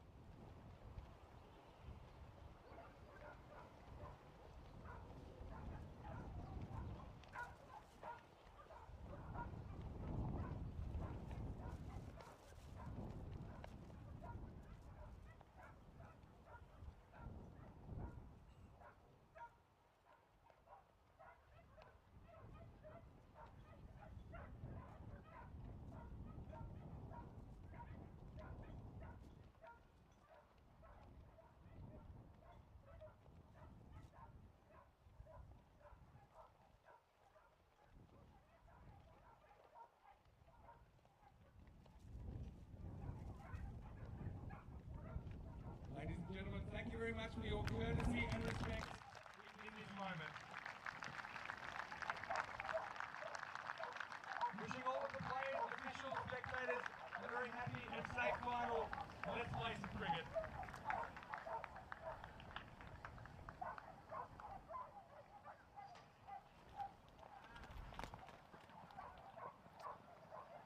Yeah, well, a very touching moment there, and thank you everyone for observing a moment's silence. I know there's a lot of people shocked around the world, and look, it's always a sad moment, especially for the cricket fraternity. Two greats of the game going on the same day, but we all stick together. It's a strong family, the cricket world, and a really nice touching moment by the European Cricket Network, the supporters, the players, the officials, the staff, and we all stick together, and we wish the families of Marsh and Warren all the best, and yeah, we just hope that it's going to be a good final, and nice to show a bit of solidarity, and good to see that. But let's move on, and we're going to focus on this final now.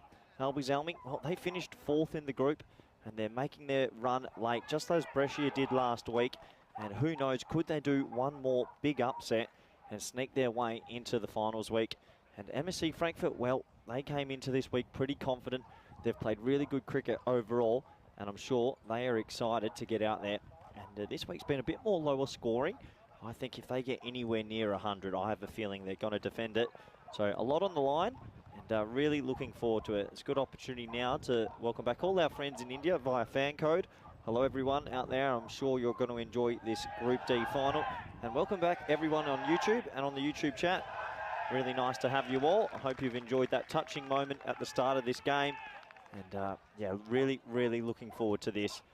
And well, Albies Almy, let's have a look at the two lineups. They're going to really be heavily reliant on a few of those men in the middle, but especially Alizai.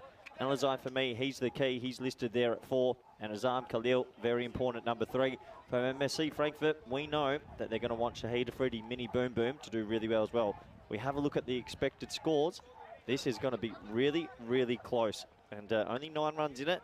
It's been a low-scoring week, but I'm expecting this to be even more low-scoring for a final. This is really, bowling and fielding this week has shown to be more dominant than the batting strength.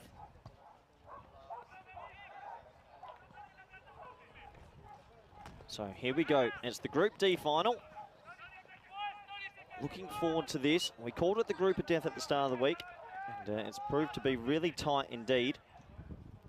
Okay, this man's very, very important on strike, and he's also facing a man that's been bowling well all week. Lamar Moment, he bowls left arm in swing, and he gets it through at a good pace.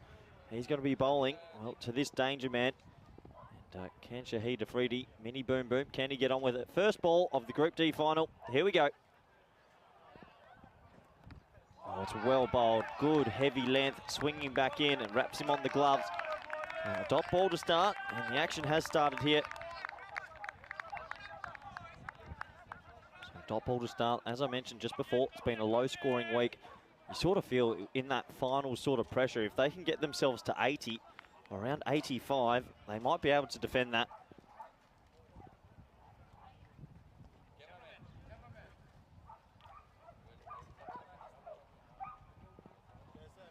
Swinging and swung hard, and it's in a gap. That might go away for 4. No, he gets across to it. He gets a boot on it. Well, that's pretty good fielding. I don't really like the foot fielding usually, but he's going to save his team 2 runs, and that's going to open the scoring in this Group D final.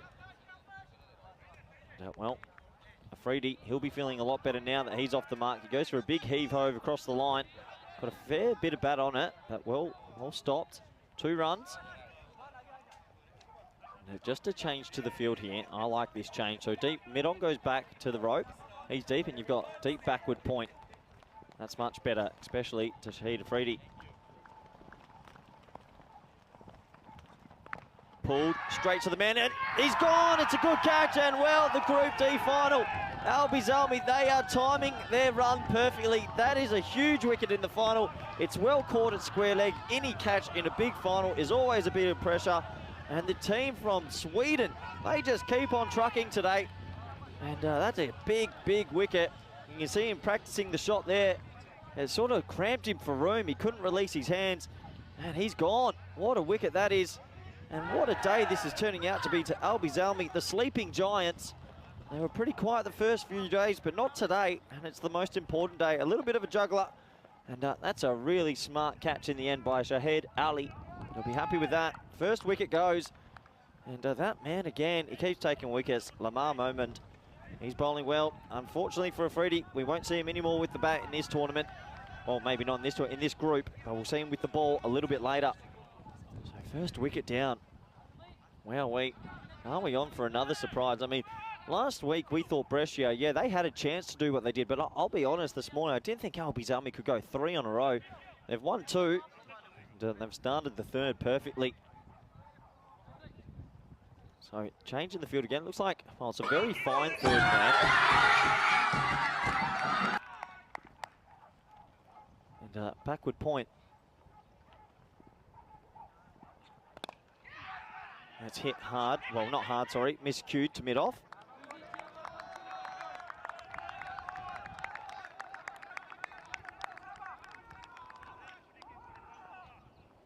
So he's off the mark now.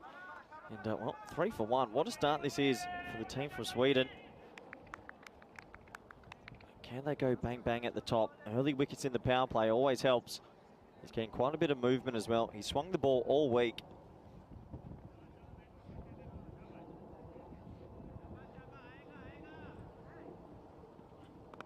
It's well bowled, well defended. There's no run there.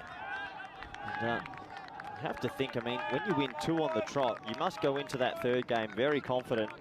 You take that confidence from the preliminary win. It was a tight affair, but they got up over Euston Exiles. Now they're bringing all that momentum, all that energy into this one. I don't think they want to be chasing any more than 80.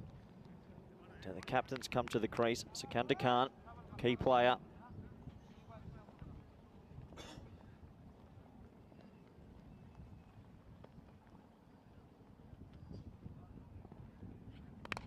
Driven, dot ball. What a great start this is.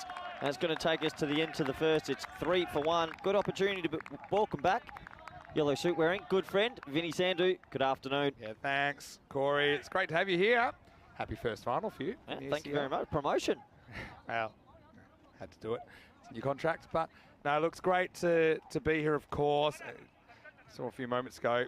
Nice touching moment, Vinny. Yeah, well done. Well done, buddy. It's genuine. I mean, everyone's here because they love cricket, right? Yep. And everyone loves cricket for a reason. And for me, you know, Rod Marsh and Shane Warne, for differing reasons, they are big reasons that I was inspired to take up the game. And I just looked around and I thought of all the people here that, you know, they would have been a part of the story of how they're here, how they loved cricket in the first place. And yeah, it's sad, but we are going to do this final the justice it deserves because it's a big match. And this is pretty good first ball from Taz Qureshi. And I heard you saying in the first over, as I was walking over, Albies Army, this is what they did in ECS in Stockholm. They finished 4th out of 5 in their group. They had to play then the top of the other group, beat them, then beat the other team in the final, then had to play the other ECS winner and beat them 2-1 to be here. But they did that, all of that. I think the first game they got bowled up for 60 in 7 overs. Wow. Anyway, here we go. This is pretty short. Well, looks like it'll be the first one for the over, not signalled to wide. Look at the height there. I wonder if that was deliberate or maybe it was just one that kind of slipped out of Qureshi's hands, but it's pretty high. It's going to be the one for the over.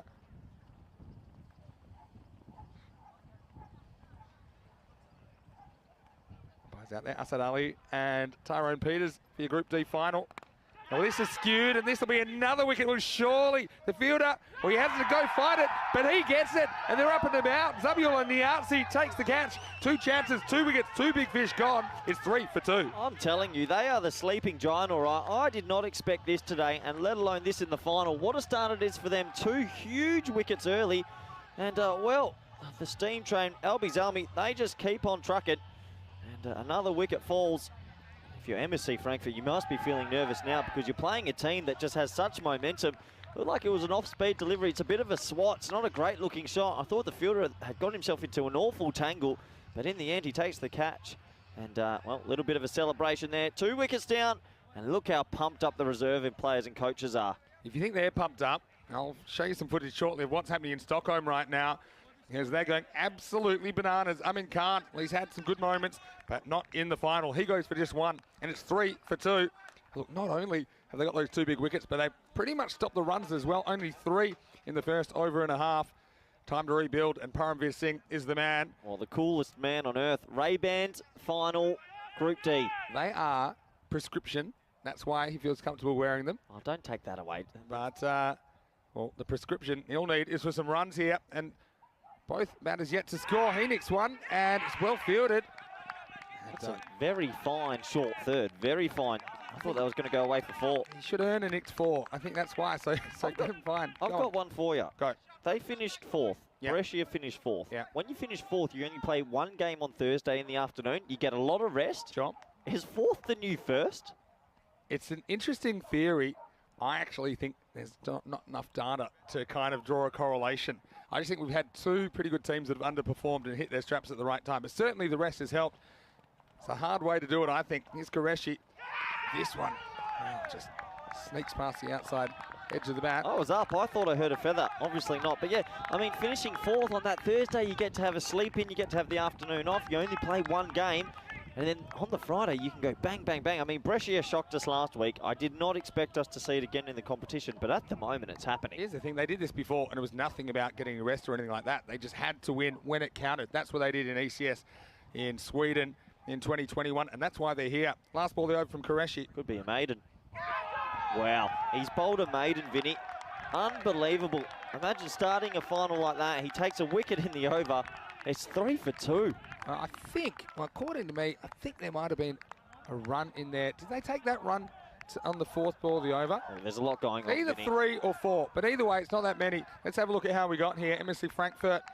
They did it the easy way, didn't they? Top of the table, although they did lose 1 match. They lost that one to VSC Rotterdam when they completely messed up a chase. They still finished top of the Super 3 on that run rate, and they won against Austrian Exiles. But they were challenged. I mean, it's not like they've had it all their own way this week.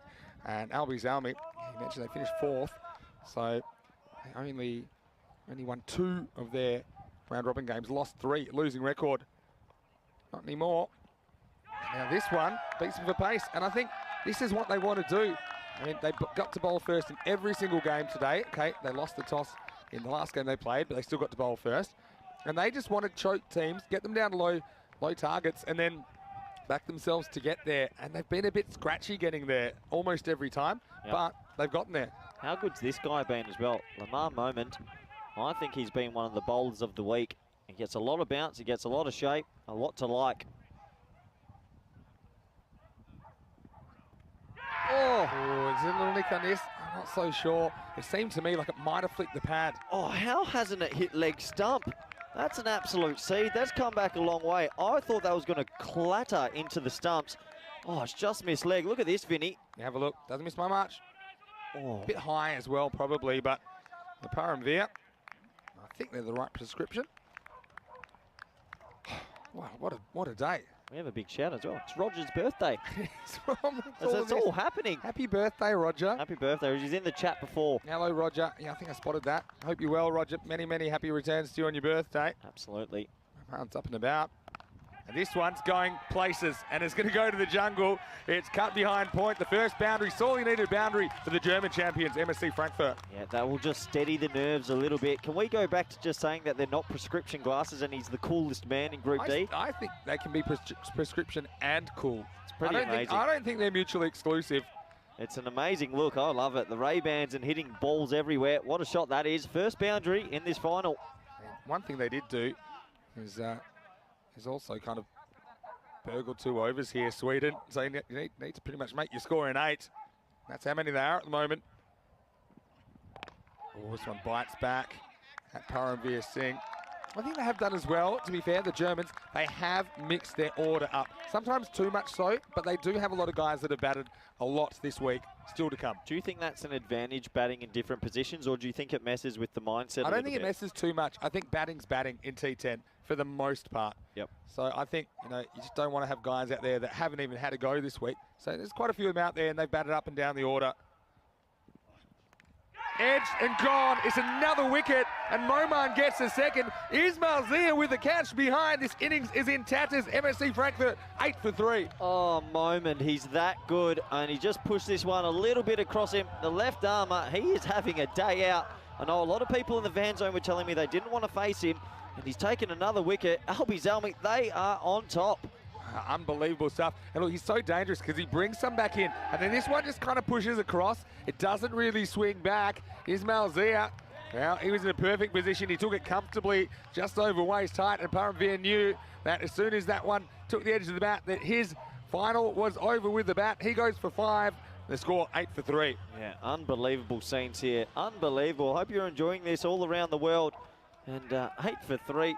Well, it's been a low-scoring week, though. If you're MSC Frankfurt, you're going to be saying 75-80. We can defend this. Particularly last couple of days, you know, it has been. So if you can scramble a 70-plus, look, even a 60-plus, I just think with the pressure we're going to have, and I know MSC Frankfurt, they're going to bring everything. They have destroyed the batting orders of some really top teams this week. Well, there's Rico in the fan zone. Bit more, what's the word, refined than when you were over there a couple of weeks ago. Just saying. Last ball, the power play. Oh, well, that's swung in a long way. He has a shot here, could be close. Oh, I tell you what, they're going to go on the misfield here, so they're going to sneak another one. It's going to be 2 leg byes, I think. Yeah, it's too many cooks backing up. There were 2 there. That's going to take us to the end of the power play, Vinny. Yeah, well, earlier on, I had a quick word with MSC Frankfurt skipper, Sikandar Khan. And we'll go to that footage right now. I'm here with Sikandar Khan, the MSC Frankfurt skipper. Well, Sikandar, you started the week with a very strong victory over VOC Rotterdam, the defending champions. That must have given you a lot of confidence. As our team playing very well, and they give all us for the winning. A lot of people support us, our coach, our manager, and our player give all of to win this week, and it was a very nice week for us. You really seem like you're a very close unit as a team. You have a lot of fun. What's it like to be here with basically your friends as well as your cricket teammates? Yeah, we have a lot of friends, our family, my father, my uncles, my mother, wife, everyone supported us. They look in television, every match, every day they call us. They are with us in contact, and they pray for us that we win the final. Now, what would you like to say to all of your fans in Germany and all the other MSC Frankfurts that are actually all around the world now? I love them all, and I says pray for us that we win the European Championship, not in this final, the next round also. Yeah, well, if you do win this, it'll just be the beginning of the story as well. Sikandar, good luck for the game. Let's get back to the action. Yeah, back to the action, and well, just a single and a dot ball. And Albie Zalmi, they have started the better of the 2. Well done, Vinny, on another good interview there. 11 for 3. Wowee. Surprising. 12 for 3, sorry. Not easily surprised either. Salazar must be a wide, doesn't really come back. He bowls a lot of these off-cutters. Has been really effective. Just batters can't time him up. And a lot of the time when they do, they're a bit early on the stroke and they're just going straight up. And today, with the wind, they're just blowing straight to fielders. Tell me why you think it's been such a low-scoring week. This is, especially the last 2 days, 48 hours, it's been remarkably low-scoring. The wind, in 2 words, the wind. Come back to that in a second. Taps this way. Bit of work for the man on the boundaries. Usman Jabbar. Oh, a little fumble. They go for 2. Good throw. Would have had him in trouble. It leaves the bat behind, but the ball never hits the stumps. Look, my short answer is a lot of these shots, a lot of these batters, they get a lot of their runs by driving down the ground, right? Yep. Because it's a fairly safe shot. It's more of a straight bat shot. You got a higher margin for error. And normally they go for 6. But now that this wind has taken that away from them a lot of the time. And the difference between it being 6 and out, it's huge for your innings because you get 2, 3 of those. Suddenly you've lost your key players, and that's why we're seeing teams struggling to get 100. And you need to adapt. I think players that can ramp and deflect would probably kind of like this wind. So are you bringing your mid-off up then and saying, well, hit it over him? Yeah, that's something I don't think I've seen enough of, to be honest. I would probably be protecting maybe like a squarish fine leg or something like that. The other thing is with the ball, a lot of the bowlers have realised, okay, let's pitch it up because it's not easy to be driven straight. But I think that's the main reason I think we've seen lower scores. And it has a compounding effect, right? So if a lot of these 6s are becoming out, so we've got to get your runs from somewhere. And we've had to see a lot get scrambled running between the wickets. We've seen some inventive batting as well, like Ismail Zia's last shot in the last game. Getting outside off and trying to hit to that leg side where the wind's going. There's that off-cutter that you were talking about, Vinny. Really good ball. Just the single.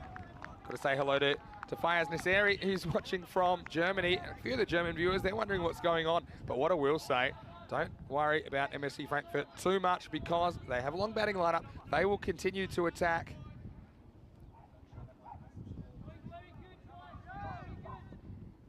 And, well, in the end, it's now or never. So this will just be one. Yeah, so just pushed into the offside and a little bit of a rebuilding phase in this game. It might sound a bit odd to say rebuilding in a T10 clash, but 3 early wickets and all that pressure, that's what's going to happen. MSC Frankfurt, well, they need a bit of a hero at the moment. They need a cameo from somewhere. You sort of feel like the two Khans out there, they're just trying to get themselves set. Off cutter, and this is the shot. I think you need to play more if you can. And they think about a second, they say no. Oh, I'll tell you what, it's good fielding. Good by the keeper there. The sun was right in his eyes. So Ismail Zia, he's a man that was chaired off the ground about an hour and a half ago. You know, what a day for him. And he's got a big responsibility to keep going. And we know that he'll be giving his all for his team, but so will this strong MSC Frankfurt lineup. So it's just flicked away to the leg side. This will be the end of the over. And pretty good one from Alizai. Ends up costing 9 and the score at the end of 4. It's Albizami on top. 18 for 4. Make that 19 for 4 after 3. Well, it's Vinny Sandu here, Mr. Maximo. Well, as the sun's coming through, that's a good side. And Koi Ruckers is here. And look, Sweden, we saw some videos of them yesterday. I knew that the Albizami, the juniors, the kids, they'd be excited. They're watching from Stockholm. Let's have a look and see exactly how they were preparing for this game.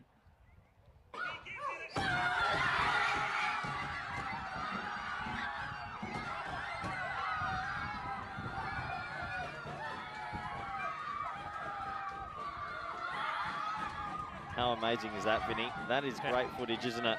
They are. That's getting. We'll come back to live action. I know you guys will be watching. Love your enthusiasm, guys. And against one of their heroes, Ismail Zia, who was able to come up with that 6. And that just shows how much the game is growing. I mean, Swedish kids in Sweden celebrating the team, celebrating cricket as a sport. Fantastic to see. And I just did a interview with South Africa. I've been busy today. You have been busy. Chatting to people from all over the region. Miss-hit full toss here. Probably just be one. I do appreciate all the hard work you put in, Vinny.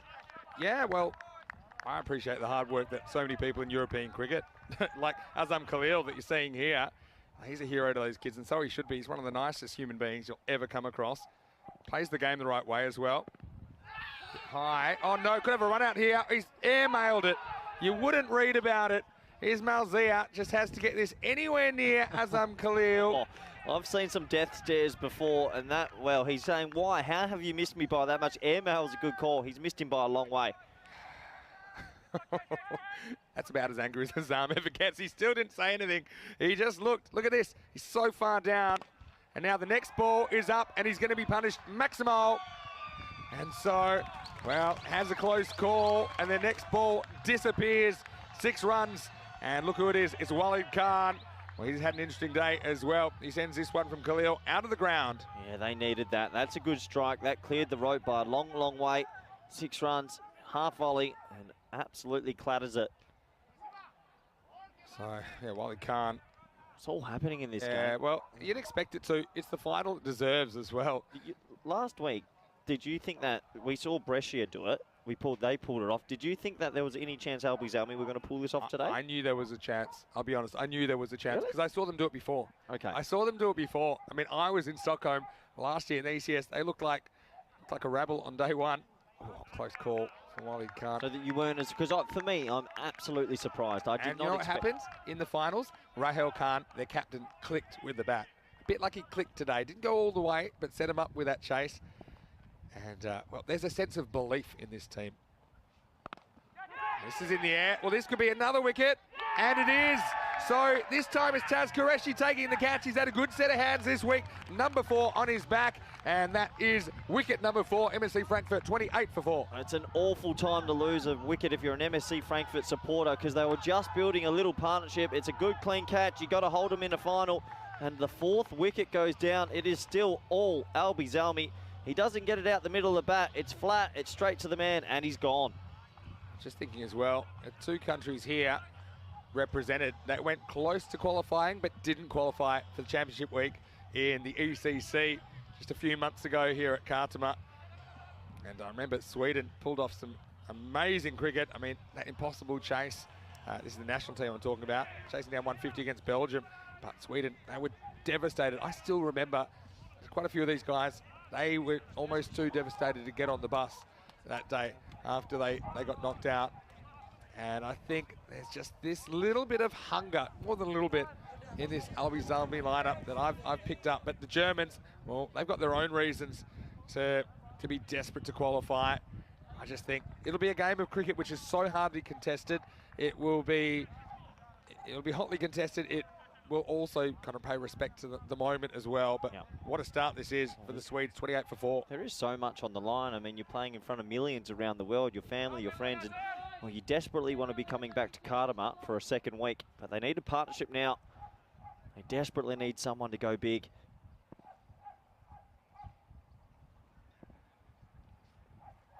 That is gorgeous bowling.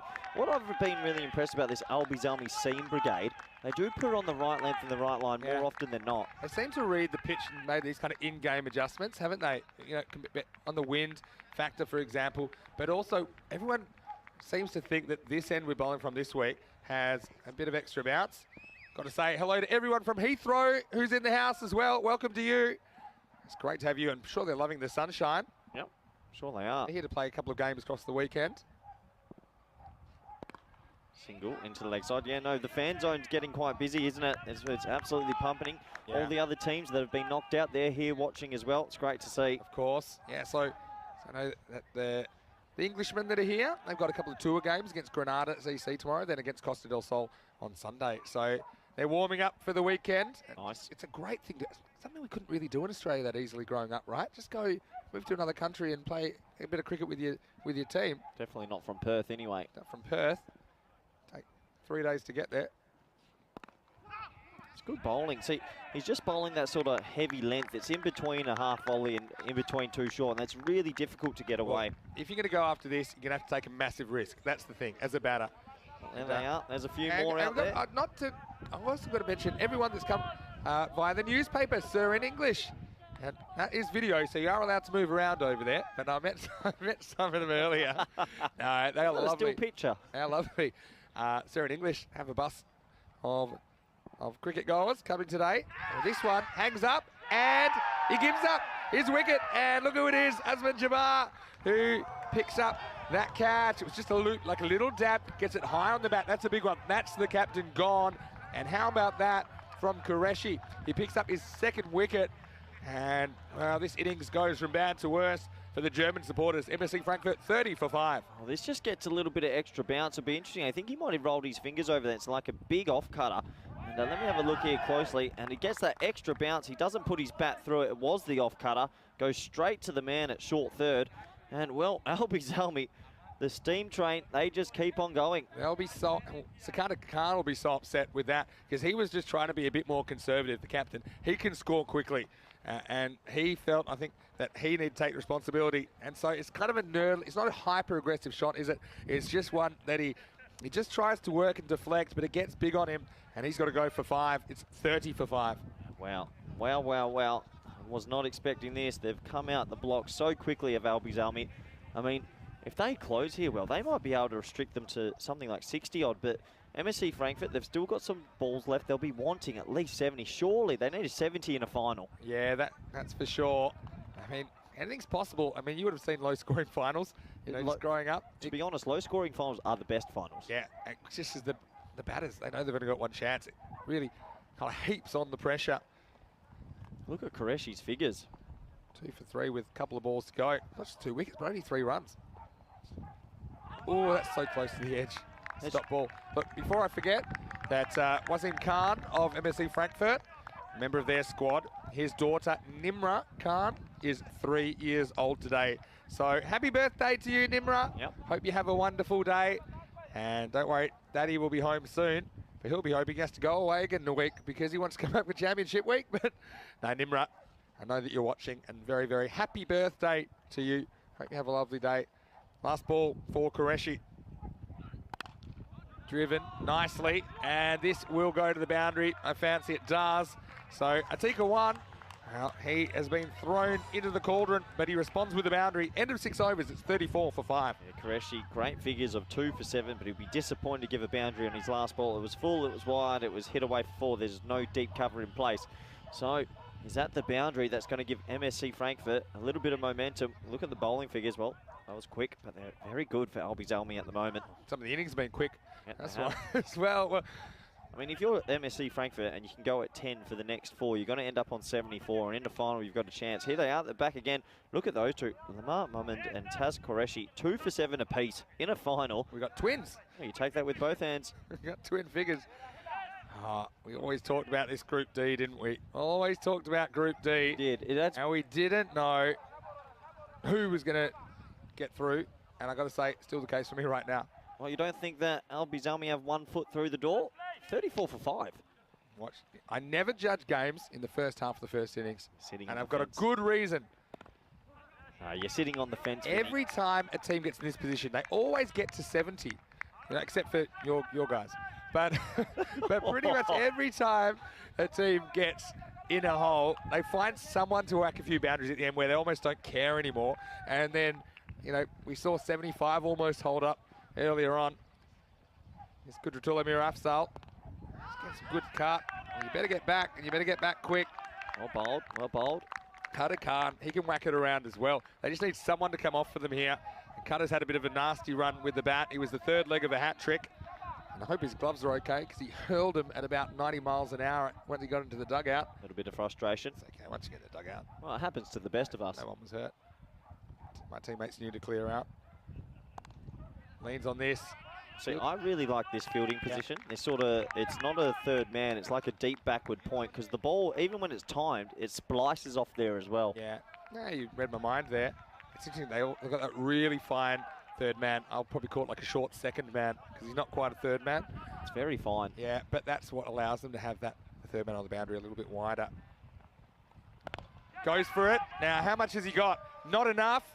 And what a wonderful catch by Azam Khalil. Well, there he is, holding the pose, and I'm sure they're going crazy in Stockholm right now. That was a half chance at best. Kudratullah Mir Afsal with the wicket, and that's the end of a dangerous striker. Cutter Khan, he's got to go. It's 36 for 6. Well, what a catch. Well, after a week of seeing some easy ones put down, that wasn't easy at all. He made good ground about 15 metres to his left. Diving forward is never, ever easy. He cloths it nowhere near the middle of the bat. And look at this, 2 hands, soft blow, rolls with it. Sensational catch. And moments like that can win finals. Albi Zalmi, they can't put a foot wrong. They've got them 6 down for not many. And look at them, the smiles on their faces. Cutter Khan, he goes for 2 off 3. And they are in all sorts, Vinny. Oh, I thought Cutter could have been the man. He knows that he could be as well. And I think it's clever, that leg side. I mean, normally I don't say drag everything leg side. This is one day, if you think you can get something leg side, do it. Because the wind's kind of helping you a little bit. But the margin of error is still slim, and he just didn't get enough of that. I thought there was no way that was carrying to Khalil either. No, he made good ground. And well, you were just mentioning that usually teams will always get to 70. But someone still has to do it, and it's getting to that danger point. If someone doesn't, well, I can't see them getting back into this match. True. I mean, you can't defend 50, 60, surely. You need someone. The record chase, and someone asked me this early, or the record defence, I should say, is 63. It's been done twice. Yeah, but that wasn't in a final. It wasn't in a final. It does take me back to the final in Milan. That was a low-scoring thriller. I think it was 74 was almost defended, and that was actually a pretty high-scoring tournament. Yep. But the team, Fresh Tropical, great name by the way. Fresh Tropical. Fresh Tropical. Love to have Yeah, one of theirs, ECN fans, you know Fresh Tropical. At one point, I think they were 9 for 4. There's normally that one partnership that just will get you through. Yep. And that's, you can say that for both innings, really. Here, they need a partnership to get them through. It's the end of 7 overs here. Still not quite runnable pace. MSC Frankfurt there, 38 for 6. Gives us a chance to look at what's coming up as we have a look at some of the fans around the ground. Yeah, it's really piled in here. It's been a cool day, a bit breezy, but the fan zone, they're loving this final. And, well, there's the Malta Super Kings. They're enjoying themselves. There's Rico full sitting with them. There's a few others around as well enjoying this match. Great to see them all here and supporting the competition. Here's Alizai. He's back and he gets the dot first ball. He bowls some of them that kind of don't cut and then some that do, and he's been pretty good and pretty accurate as well. So, Vinny, is there a reason why you haven't let me in the fan zone? Is this a tactical need you up final here. for me? No, it's good to be here. Tell you what, this is exciting. Alizai steaming in. Well, another wideish ball. This one is signalled to wide. Just touching the tram line, a little bit of a way swing with the breeze. Every run is so vital here. I mean, 17 balls left in the innings. This is good umpiring. It just touches that line, good enough for me to give that a wide. 17 balls left in this innings. They need at least 2 or 3 sixes, you'd imagine. Yeah. See if it comes from somewhere. No, it'll be easy against Alizai. Having a very good week. It goes offside and gets it pretty good. There's no one back here. They're covering other areas. It's a nice shot. Counter-attack is on from Owen. He moves into double figures. That's been pretty rare today. And MSC Frankfurt move into the 40s. Yeah, so this is where it's a bit of a tactical error. There's Maya. She's enjoying herself. Well, what's she thinking? Princess Lara. And that's a nice shot through the offside. They don't have a steep cover, and I think that's a wise move. They're putting it in now. Square leg's coming up because he's bowling big away swing. So now they've got the boundary right over there. I actually like this field. Yeah, I like this field a lot. This is different. Corey likes it. You're actually protecting quite a lot of pockets of space, and yeah, I think I'll be running this field later in the year. This is one that I've drawn up. Take a picture so you can steal it. No, they've stolen this off me. I really like this field. I would just move that man in the ring a little bit square, but on the offside, all of a sudden you're covering 3 of the main areas, and you're asking the batsman walk across the stumps and try and get it over square leg. Not easy if it's one of those cutters either, because you don't often get that pace to work with. They've Absolutely. got 2 men inside the circle behind square.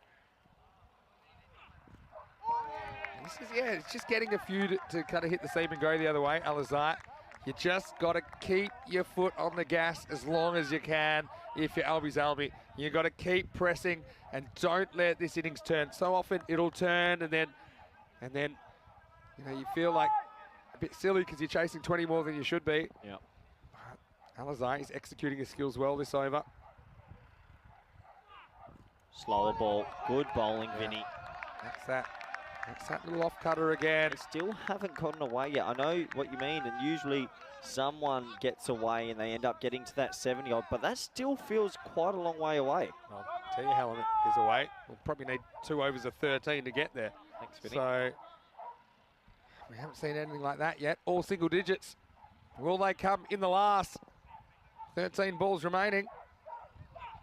Another swing and a miss. Well, Ayubi struggling to get bat on ball. That's 8 overs down. The score is 44 for 7 after 8 overs. Now, let's talk a little bit about what we're going to see on the other side of the weekend. 44 for 6 after 8. And, well, we're going to see some more action from 6 new teams. And look, yeah, interesting. Talk us through some of these teams that we'll see on Monday. Well, 2 stand out for me. HBS Kronhout, the other Dutch champion, second place, but they got the ticket because VSA were the reigning champions. Yep. Very good side. Toby's VSA, Teo Warburg, Pakai Care. Looking forward to Mohammed Cameron, Mohammed Ishan. I know the Corfu. So who's the young leg spinner from Corfu? Georgios Galanis, 16-year-old, maybe 17 now. Brilliant. And the team from Cyprus, I don't know too much about. Got some big hitters, but let's see how they go on the big stage. Malo from Portugal. Yeah, Malo from Portugal. They're good. Yeah. They're very good. We watched them. Shazad absolutely waxed Best catch in any era of cricket. Yeah, let's get that back up next week. They were batting. Well, time to go. Azam Khalil's after this. Might get 2 here, though. They really dawdled on the first one, and now they won't. So, I mean, that's what I thought. If they run the first one, they might get back, because now you've got Ayubi on strike. He's just struggled early, hasn't he? He's only got 1 single off his first 4 balls. He has struggled, and they just need to find the boundary. They need to, minimum for me, get to 70. But that seems like a long way away. I think they'd take 60 from here. This has been sensational from Albies Almi. 3 4s and a 6 through the first 8 overs. Oh, wow. And only 4 boundaries. Yeah. And some of their players are coming good now, like Kudratullah, who bowled an over 1 for 4, and now he's back. And this one's just flat batted. They might think of 2. I think they can go. Now, Kudratullah is that player that, he's really good when he gets going. Just seemed low on confidence in the middle of the week to me. I know you're good, Vinny. Yeah. But there's no way you're this good. There's no way you saw Albies Almi storming today, finals Friday, like this. They hammered VOC. They said to me 2 days ago, This is in the air, and won't carry to Khalil. He'll only allow a single. They said to me on Wednesday, when they end up finishing out of the top 3, this actually happened at the hotel. Yeah. A couple of their senior players, won't say who, they said, yeah, we will win this, you know. Oh, they said, we can win this, you know. And I said, I know, because I've seen it before. I've seen it before. But what I said is, even when I spoke to them this morning, look, a lot of it will be out of your hands, but what you can affect, you have to do really, really well. And that's how they've played. Oh, this will be some runs. It's too short this time, angling in. This will be 4. So Ayubi finally gets one out of the middle of the bat, or close to, and this one brings up the 50 for MSC Frankfurt in the 9th over. It's a belated 50. Not too much celebration from the dugout because they know they're under the pump, but 4 runs nonetheless. They had square leg in the ring, and unfortunately goes over him for 4. Good shot though. They're changing the field again now. 3rd man comes up, they put him back, so a little bit of ball following. I don't like that, but trying to stay ahead of the game. We haven't even mentioned another issue, as we see another pull shot. They put an extra man back. Think about 2, but Azam, when he throws it a bullet, so it'll only be a single. Now, someone asking why Down Muhammad hasn't batted yet. I'll give you a very good reason, because this morning he was hit in the jaw / the neck. jugular. Yeah, and so your anatomy isn't 100%. Well, yeah. Well, I mean, What's a jugular? he was hit badly. Yeah, and he wasn't wearing a helmet. He's in the team. Oh, this will be runs. This will be 4, and all happens in the 9th, as we like to say. And so Kudratullah, a bit more expensive. It's the first over to hit double digits. It's worth a dozen, and they get up to 56 for 6. Needed so they're that. creeping. Now, finally on Down Muhammad. He is back from hospital. He passed the fitness test. He's in the lineup, but I really think they don't want him batting. I think he'll bat 11, and they just want to use him as a bowler. Yep, I think that's the right thing to do. That blow to the neck earlier today was sickening. So glad that he's playing, but probably the right decision to not risk him. But we're into the last. I mean, they get themselves to 56. Can they get, let's say they get 13 off it, then you've got to chase 70. Yeah, exactly right. So, look, Krishan Mendan asking, Vinny, is it because of the wind or the bowling that's been so good? There've been no high-scoring games. Has been a bowling week. Yeah, I think it's both, though. I think it's both. The bowling's been good, but also now that wind's made it even harder. That's why we're seeing almost like 80s a pass score, isn't it? Today. Last overtime. Well, I guess when you say that it's going to be the toughest group on paper, which we thought, usually what means with tough cricket is that the bowling and fielding is usually a higher level. So is that what we've seen? Yeah, I mean, yeah, certainly. I think it's a bit of that. I think, yeah, I just think there's been no easy games. There's been no blowouts. All right, miss cube. It'll be safe. I think it's just 1 here. I can't tell you enough how desperately they need 2 boundaries in this Told you last they 4 could creep to 70, and they kind of got roughly what they needed in the 9th. You said creep. They're going slower than a creep. This is snail's pace. They need 2 boundaries in these last 4 balls. Hello, Chris Williams. Maybe he's logging in on his bat phone. Chris Williams from Tunbridge Wells. Hello, Chris. As Tunbridge Wells will be watching this pretty closely. Now, how was this hit? It's hit well enough. There's the boundary you wanted. Maximo Atikawan. Well, he's fighting hard. He's the first MSC Frankfurt batter to reach 20. And with that, they go over the 60 mark. Well, that is so vital. He just gets enough on it. The right club, the 3-iron, and he gets it over the fielder. Oh, they needed that boundary. I said they needed 2 in the last 4. Well, he's got 1. Can he find another boundary? Love another one. It's well bowled, though. It doesn't allow. I think he wants 2 here. 2. I think he'll probably get it. Oh, no, he's slow to go. Sia's got some work to do. And he misses. Probably the right option to have a ping. Had to grab it and throw it really quickly. They do get back for 2. Not the best throw from the outfield. That's down there. I think that's Alizai was hurling it in. Sam Williams, hello to the gaffer in the chat. He's saying, come on, Corey, Vinny's always right. I tried to pin that to the top of the chat. Yeah, of course you did. Obviously, I won't say they were my favourites, but I knew they were capable of it. And that's all because of what we saw in Stockholm last year. They were 4th out of 5 in their group. They were basically how much you paid Sam to say that. 7th and 8th out of 10 teams originally. Hits it well, but hits it straight at. Now, do you go 2 here? I don't think you can because you'll be out. Yeah. So you're looking, and if you really want, oh, look at this. If you really want to go for 2, it has to be a super sacrifice, which is like the guy holds his crease, the guy comes back for 2, so you hold that in safe. Why don't we see more of that? because you got to think on your feet, and you're already running full pace. Hold the sixes, Vinny. Oh, it's concerning. 66 for 6. Last ball of the first half. Well, this is miles in the air. Well, will this matter? It might matter. And he's caught. Well, everything going right in the end. And Kudratula, he will take the catch in the end that will end the 10 overs. And what a performance it is from Albi's Army, the Swedish champions. They've restricted the strong MSC Frankfurt batting lineup, the champions of Germany, to 66 runs in their 10 overs. Now, it was a big occasion, wasn't it? We've got two teams, one with that bullet train kind of momentum I think you were talking about, but then also one team has only lost one game all week, a game they really shouldn't have lost when they failed in the chase against VOC Rotterdam. But Albi's Army now 67 runs away from a spot in Championship Week. Yeah, well done to them. They've restricted them. They bowled well, they fielded well, they changed the pace well, and look at them. They must be a confident unit, but they are a bowling and fielding side. You've got to get these runs and finals pressure. You never know. There's the MSC Frankfurt batsman coming off, and, well, they did their best in the lower order there. The top order never got firing. In this game, well, maybe it's not over just yet. Yeah, maybe not just yet. They do have the runs on the board. Look, I remember seeing some games like this. I remember Bonn Blue Stars defending 64 in Germany, actually. And that was a tournament we did see MSC Frankfurt playing. There's the VOC boys. Glad they're enjoying themselves. Yeah, well, they're going to have to find some solace in the cricket entertainment in the final. Yeah, I remember Bonn Blue Stars defending 64. And I remember the coach saying to them, look, we've got 64 runs. They don't have anything. So they'll be coming out. They'll be firing the Germans. Well, it was a proud moment for both of these sides representing their club and their country in the Group D final. Only one of these sides would be able to return in just over a week's time. And yes, happy birthday, Nimra. She's 3 today. And, well, before you knew it, it was 1, 2, 3. Early wickets falling. And Sweden, their champions, Albi's Army, they were up and about. It was the end of Mini Boom Boom first. Then Amin Khan, he holed out. Silenced by Zamula Niasi. And really, it was just one after the other. And before you knew it, the Germans were in a big, big hole. It was pretty hard to dig the way out of. Yeah, absolutely. And it took the coolest man in the tournament to try and get them out of it. He played a couple of lavish shots before sneaking off there. And unfortunately for MSC Frankfurt, that means they had lost 3 early wickets.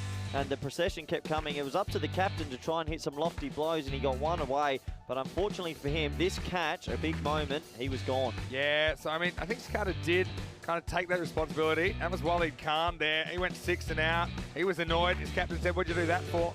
And of course, proud moment for everyone here at the ECN as we paid our respects. But yeah, when Sakata fell in that fashion, you just knew it was going to be even more difficult. And that, for me, was the highlight of the innings. It was stop, drop, and roll stuff from Azam Khalil. Takes a stunner. He dropped one before. You don't see him drop too many. He certainly showed what he could do. And then we saw the odd boundary, but really not too many of them at all. Because only 7 boundaries in the entire innings, and they just couldn't get going. And some of them were a bit streaky. Look, you just had to try and scrape up to 70 or something. And Chris Williams, he told me he's got a new bat phone. He's got a new bat phone. He sent on me the chat. But right now, well, it might be the Germans that are phoning home. But don't count them out. They do have 66 runs on the board in the final. Yeah, they did get to 66. They lost wickets in clumps. And, well, Albi's Army, they'll be the happier of the two sides. But the old adage, runs on the board in a final go a long way. Yeah, no one can take them away from you.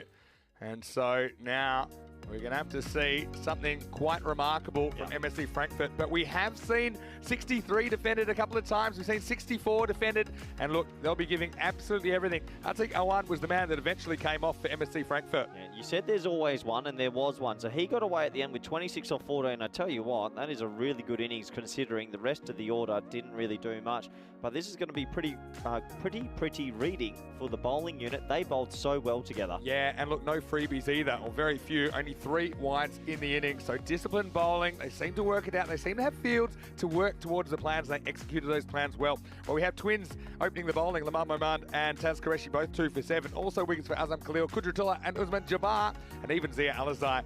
Okay, he goes for 15, doesn't take a wicket. No one really got hold of at all. And well, it's going to be a very exciting finish to Group D. When we return in just a few minutes, we'll find out exactly who will progress. Will it be the German champions, MSC Frankfurt? They'll have to defend 66. Otherwise, it will be the Swedes, Albi's Army, joining us in Championship Week. And we hope that you join us just after this break. We'll be back from Khartoum on a fantastic, beautiful afternoon for cricket. And And we have one more innings to decide who will be in contention for the prize. Vinny Sandu here, Mr. Maximo, alongside Corey Ruckers. You're watching ECN, and this is the Bet to Ball European Cricket League.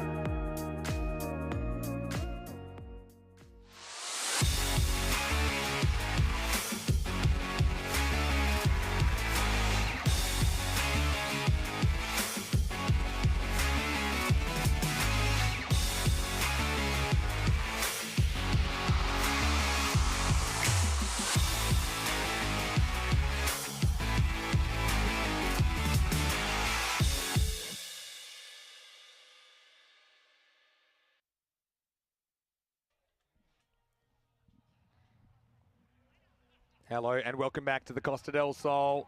You are watching ECL 22, the Bet to Ball European Cricket League, the Champions League of cricket in Europe. 30 champion clubs from all across the continent have come here over the past few weeks. Over 140 matches. And we are deep into week 4, very deep indeed. Only one of these two teams will be able to qualify for Championship Week 6 in just over a week's time. For ECC Rotterdam, the champions, they went out earlier today. And now we're looking to see if Albi's Army can chase their 67 for victory to bring on a meeting with the other qualifiers. And look, Vinny Sandu here, Mr. Maximo for the European Cricket Network here today, of course. And of course, I'm looking with interest, as all of our viewers are, I'm sure, to see if they'll be able to pull this off. And look, just a quick one here with Koi Ruckus, and on behalf of all of us at the European Cricket Network, European Cricket family, want to give a big shout out to, well, my boss, Roger Finer, CEO of European Cricket. Roger, very happy birthday to you. We're thinking of you. We wish you were here. Yep. And to you and your family. You've got a wonderful family. Thanks for all your support, really. And, well, wishing you a very, very happy birthday. This first one is worked away. Just one, so pretty decent start for Shahid Ali. Gets to the other end. Pretty nasty start to the week runs-wise. I think he started with a diamond duck and a golden duck on day one. Not ideal. Happens to the best of us. But talk to me, Vinny. How MSC Frankfurt going to win this game? Well, they've got to take wickets. They've got to do... How many in the power play? 4. Big call. Not even in the power play, but just 4 before they reach 20. You know what I mean? So you got Kim runs out. Here's Mini Boom Boom. Swing and a miss. Rahul Khan has come out. I thought he'd be a little bit more circumspect. He tried to whack the first one over the club rooms. Just finally on Roger. Honestly, I want to say, Roger, thank you for all the support you give all of us at European Cricket. He's a patient man. Yep. He is an intelligent man. He's extremely professional. And we couldn't do it without you, Roger. Happy birthday. Don't forget, he's also an attractive man, as that is missed outside off. That's going to be a dot ball. That too, wasn't to bring that up. And don't worry, Roger, I'm still in the table tennis competition. I did wait till you left before, because I was drawn against him, all right? Brilliant. I'm still in. Here, good start this by MSC Frankfurt, being the bat twice. Yeah. If they can get an early wicket here, it's just going to motivate them so much. It's going to be nervy. I feel like there's probably a twist in here somewhere. Do you feel that? Do you feel a twist? Do you feel a couple of wickets and pressure, or do you think Albi's Army just come out? We and sat here on week 1, day 3, and we said we saw France get on for a flyer against the English team. There's going to be a twist, and there never was. I mean, maybe. There you go. Expert comments from me. Here's Shahid Afridi Jr. Oh, is there a nick on this? Well, he's walking. What? He's been bowled, has he? Well, what's gone on here? Yeah, I think he's bowled him. He's bowled him. It's flicked to the off bail, Vinny. There was an edge. It's just flicked the bail. There's the wicket we spoke about. It's a loose shot. It's a ludicrous shot when you only need 60-odd. He goes for the big heave-ho, and watch this, Vinny. It just kissed the bails. Yeah, I thought for a second they were appealing for caught behind. Yeah, top of the middle stumps. This will be a great view. Oh, it just disturbs a bail, doesn't it? Just flicks the bails. If the bails are off, it's probably not out. It was too windy. I mean, it just hits the very top of that bail. Well, Shahid Afridi Jr., he knew it. And that's the end of Shahid Ali, who's got to go. So that's the start the Germans wanted. Are they getting something in motion? It's 2 for 1. Well, if they are to pull this off, this will be one of the most remarkable finals you could ever commentate. I'm looking forward to this. There's the first wicket. Can they get, well, you said 4 in the power play. They need 4 early ones. Yeah, I just think 4 before they get to 20. There's some key ones they need as well. Rahul Khan they need, Azam Khalil they need. But I mean, great start. That's all you can do. I've got some people in the fan zone messaging me through saying they reckon this is a golden ball match. They're going early. They're calling this really early. Well, I'm sure you'll be happy if there will be one. We've never had a golden ball final. Oh well, We've there had was a day. semi-finals, had qualifier 2s. We've had eliminators. Never a week final. Got to say hello to everyone in the chat as well. That's getting us involved. You know, Mini Boom Boom, he has a quicker ball. He normally bowls within himself, but I think we'll be seeing his next 6 balls when he comes back will be pretty spicy. That's if they elect to bring him back straight away. End of the first over. Good one for the Germans, 3 for 1. Yeah, just a single on the last ball, and for me, Vinny, that can't be allowed. That's where you've got to have a tight cover at least. Just one person there to stop the ones, because they only need to go at 7 and over. How do you go about a chase like this? Are you still being ultra... I know we talk about this a lot. Honestly, do you know what I would have done? He's got Rahel Khan there. He hasn't had a lot of luck at the top of the order, but he can bat in gears, right? He can kind of control the innings. I probably would have put the top 3 up there to throw the bat and see if he can break the game early, and then had Azam Khalil and Rahel Khan floating in the middle order. But Rahel Khan's decided, no, I'm the opener. This is what I normally do. I'm going to go out there and just try and do the job myself. Well, if it does come off, I mean, you're ahead. Yeah. Long way ahead. Yeah, that's what I mean. You know what I mean? It's a free shot, I think. All right, here's very good bowler as well. Wahid Ahmed often does bowl the first over, bowling the second here. There was a question in the chat about Adel Khan and why isn't he here? Sayed's asking because he was really impressive in the ECS last year, but yeah, just due to some travel issues and some paperwork issues, he wasn't able to make the journey. So yeah, they're missing him. Also, Kutub Shebekel from the Shebekel incident. Sounds like a Seinfeld The Shebekel episode. incident is a whole story. We could do a whole podcast on that. But anyway, back to this game. It's an in-swing up, and it's going to be swung out of the ground. Well, that is a big hit. Maximo! And Rahel Khan, he's taken the responsibility, hits this one real well. Half a dozen to the Swedes. Wow, that swung right into his wheelhouse, and then it swung a lot further. That was a glorious shot. He got every piece of that. He got a lot of height on it as well. Straight out the screws, the middle of the bat, and that went miles. Look how still he was at the point of contact. That's a great cricket shot. So that 6 runs just relieves what is a little bit of pressure. And, well... Yeah, I was going to just say as well in the chat, Webster, well, he brings up a very good point. He's obviously watched a fair bit of ECN about MSC Frankfurt after this ball from Wahid Ahmed. Comeback ball. Oh, he flirts with it with a nothing shot, especially with a third man in place. And Webster mentioned, I mean, they were really impressive through the ECS last year in Krefeld and then lost the final to Bond Blue Stars. Bond Blue Stars came from, I think, third in their group to beat them in the final. Do you think that teams that aren't favourite for finals are indirectly favourite because they've got nothing to lose, so the underdog just feels no pressure? Depends on the skill difference or why they're not favourites. He's gone, and he's gone after him. He's gone super aggressive, and Wahid Ahmed picks up the Albies Army skipper. Oh, he played a nice shot for 6, and then the next one wasn't quite there. The third one, well, to be fair, probably was the worst of the lot. He went searching, and all he found was a dismissal. And now, as both openers gone, 10 for 2. Why is he running down the wicket? He just played a glorious shot for 6 and he yorks himself. He yorks himself perfectly. Oh, it's not smart batting at all. And that's a big wicket. Oh, well, I can't believe that. I don't know why he's run down. They've got this game under control if they are calm. 2 wickets. One they don't want to lose. That's the end of his week. Rahel Khan, will we see him again? We'll have to find out. As the score, 10 for 2. Why didn't he stay still? Yeah, I mean, he's just, searching for an aggressive option in power play, but that's not a decent that's actually another half volley, and he's just run at it. And if you run at it, you can york yourself, you can lose your balance. It's a bad split-second decision, and that's what cricket's about sometimes. You have to make decisions, split-second decisions. As we see Azam Khalil, probably the most important innings of his life for Albies Army as he walks to the crease at 10 for 2. And this is a key wicket. And everyone in the fan zone, they fired up the heaters. There's a fair bit of heat out in the middle. Hope you're having a great day. Give us a wave if you're over there.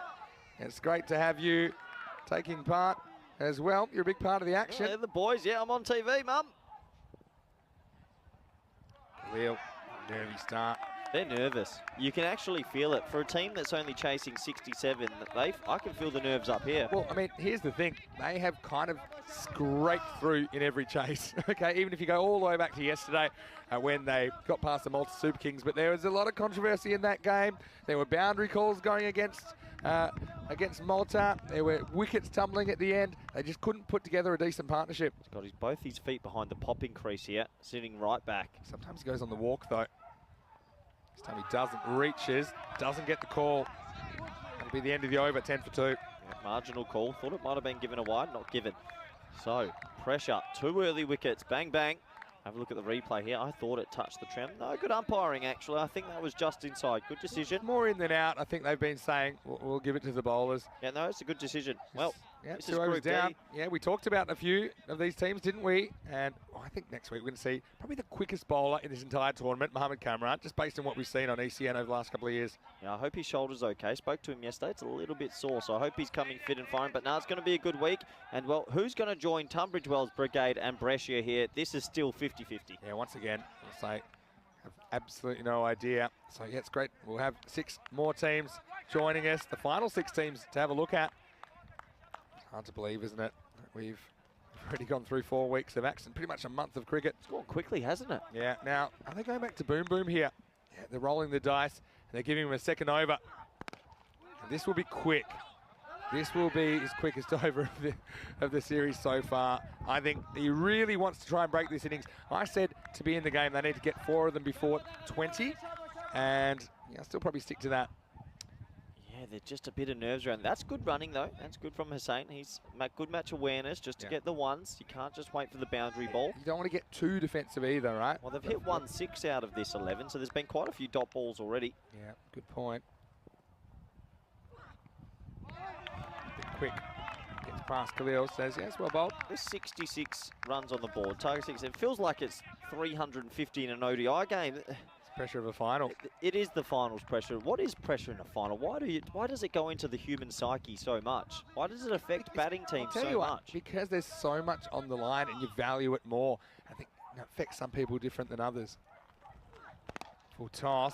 See, that's a great example. I mean, any other day, any other game, he's trying to hit that full toss for 4. Yeah, sure. But I mean, in this situation, Azam Khalil is the wicket, right? He is the wicket now. And if he swipes across that and misses it and gets LBW or bowled. But you still have to put the bad ball away. Sure. But I mean, Afridi, just that extra pace element. To be honest with you, that's why I think he blocks that one. Now it goes upstairs. Yeah, that's going to be the first bouncer for the over. This is good bowling from Afridi. He's quick, he's sharp. This one, he gets right up in the grill. Another dot ball, Vinny. What a good over this is. Yeah, really good over. Look, if you're going to bring Afridi back, bring him back to get the wicket of Azam Khalil. I think that's why he's back. You rarely see him bowl too early. Certainly not 2 in the power play. Normally comes back kind of 7 or 8, maybe 9. Both feet behind the crease. He's sitting so deep. Good Yorker. Dug out. I think they're just happy to play out of Afridi here. That's not the worst. If they think that he's the spearhead, there's no harm in losing too many wickets to their best bowler. But I think that also in that power play, you want to get a cut bounce because the field's about to spread and then it's very difficult to score.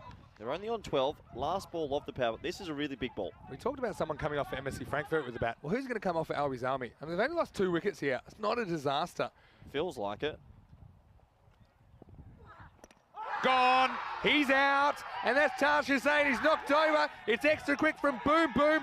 Boom go the stumps. The power play finishes with a powerful strike for the Germans. Is 12 for 3. Wow, what is on the cards here? They only need 67. It feels like it's miles away. 12 for 3. Vinny said if they get 4 before 20, game on. Well, they need 1 for 8 after this. Great bowling. They took the risk. They brought Afridi back for his second over in the power play, and he rewards the captain. Oh, what a delivery. And this was the threat of Afridi. When you bring back Shahid Afridi Jr. for a second over, look at that. That whistles, and that was slow-mo. And he says, yes. He says, we're in this. Don't worry about the scoreboard. Let's just keep executing our skills. And that's the end of 3 overs. The score is 12 for 3. On that note, it's probably a good time to get the thoughts, because the thoughts of the Swedish skipper before the game. I had a word to Albies Army captain Rahul Khan. Thanks, that's right. I'm here with Rahul Khan, the Albies Army skipper, all the way from Stockholm, Sweden. Well, Rahul, how's it been this week at the ECL? Must be like a dream come true for you guys. Yes, exactly. Especially the way we started, like last time we did in Stockholm, as you remember. All the way, first 2 or 3 matches, it was bad luck, but still I knew our group is good. I trusted on them. And we put a lot of effort after first round, and then we are good, feel comfortable. And right now, everything is quite good. Yeah, well, it's good to hear, and it's great to have you here, of course. Now, we've seen a lot of support from back in Stockholm, particularly young people that are part of your organisation. What would you like to say to them right now? Oh, without them, we can't be in this situation, in this place. I really thank every one of them who supported us in Stockholm, back home, and especially children. Oh, I love the way they are supporting us, and yeah, really pleased the way they always supporting us. One final thing now. I know you guys seem to play your best under pressure. It doesn't get much more pressurised than a final against the Giants, MSC Frankfurt of the week. How are you feeling going into this game? Yeah, we have confidence because the way we come back straight 3 wins out of 3, and then this is a last push-up. Like we give our 100%. No doubt, German team is really good. The way they played in the beginning, so we're looking forward. Hopefully it will be a good match. Yeah, well, I certainly think it will be. Thanks so much, Rahel. Good luck in the final. Let's get back to the action. Oh, welcome back, and I reckon that's collected the keeper in the nose. I hope he's okay, and it's gone for a wide. I think he wore that straight in the face. Seems to be getting on with it, but it was a wide down the leg, so we'll have a look at the replay. Oh, gee, Vinny, that hurts. Right in the schnoz. Well, already had one incident today. Well, he's gotten on with it. I mean, yeah. If that hit me, I'd be on the ground for quite a while. Yeah, I mean, if it's Bill Laurie or something, I'd probably say fair enough. But while he can't, he does get on with it. Now I think he's just having a quick word. Of course, I've got Dowd Mohammed. I think he's out. Well, he is out there. Trying to spot him. Well, they're looking now. It might be bleeding, maybe a bit broken. That hit him flush in the nose. I've got to say, I talked a bit about helmets earlier. Batting in helmet wasn't always comfortable.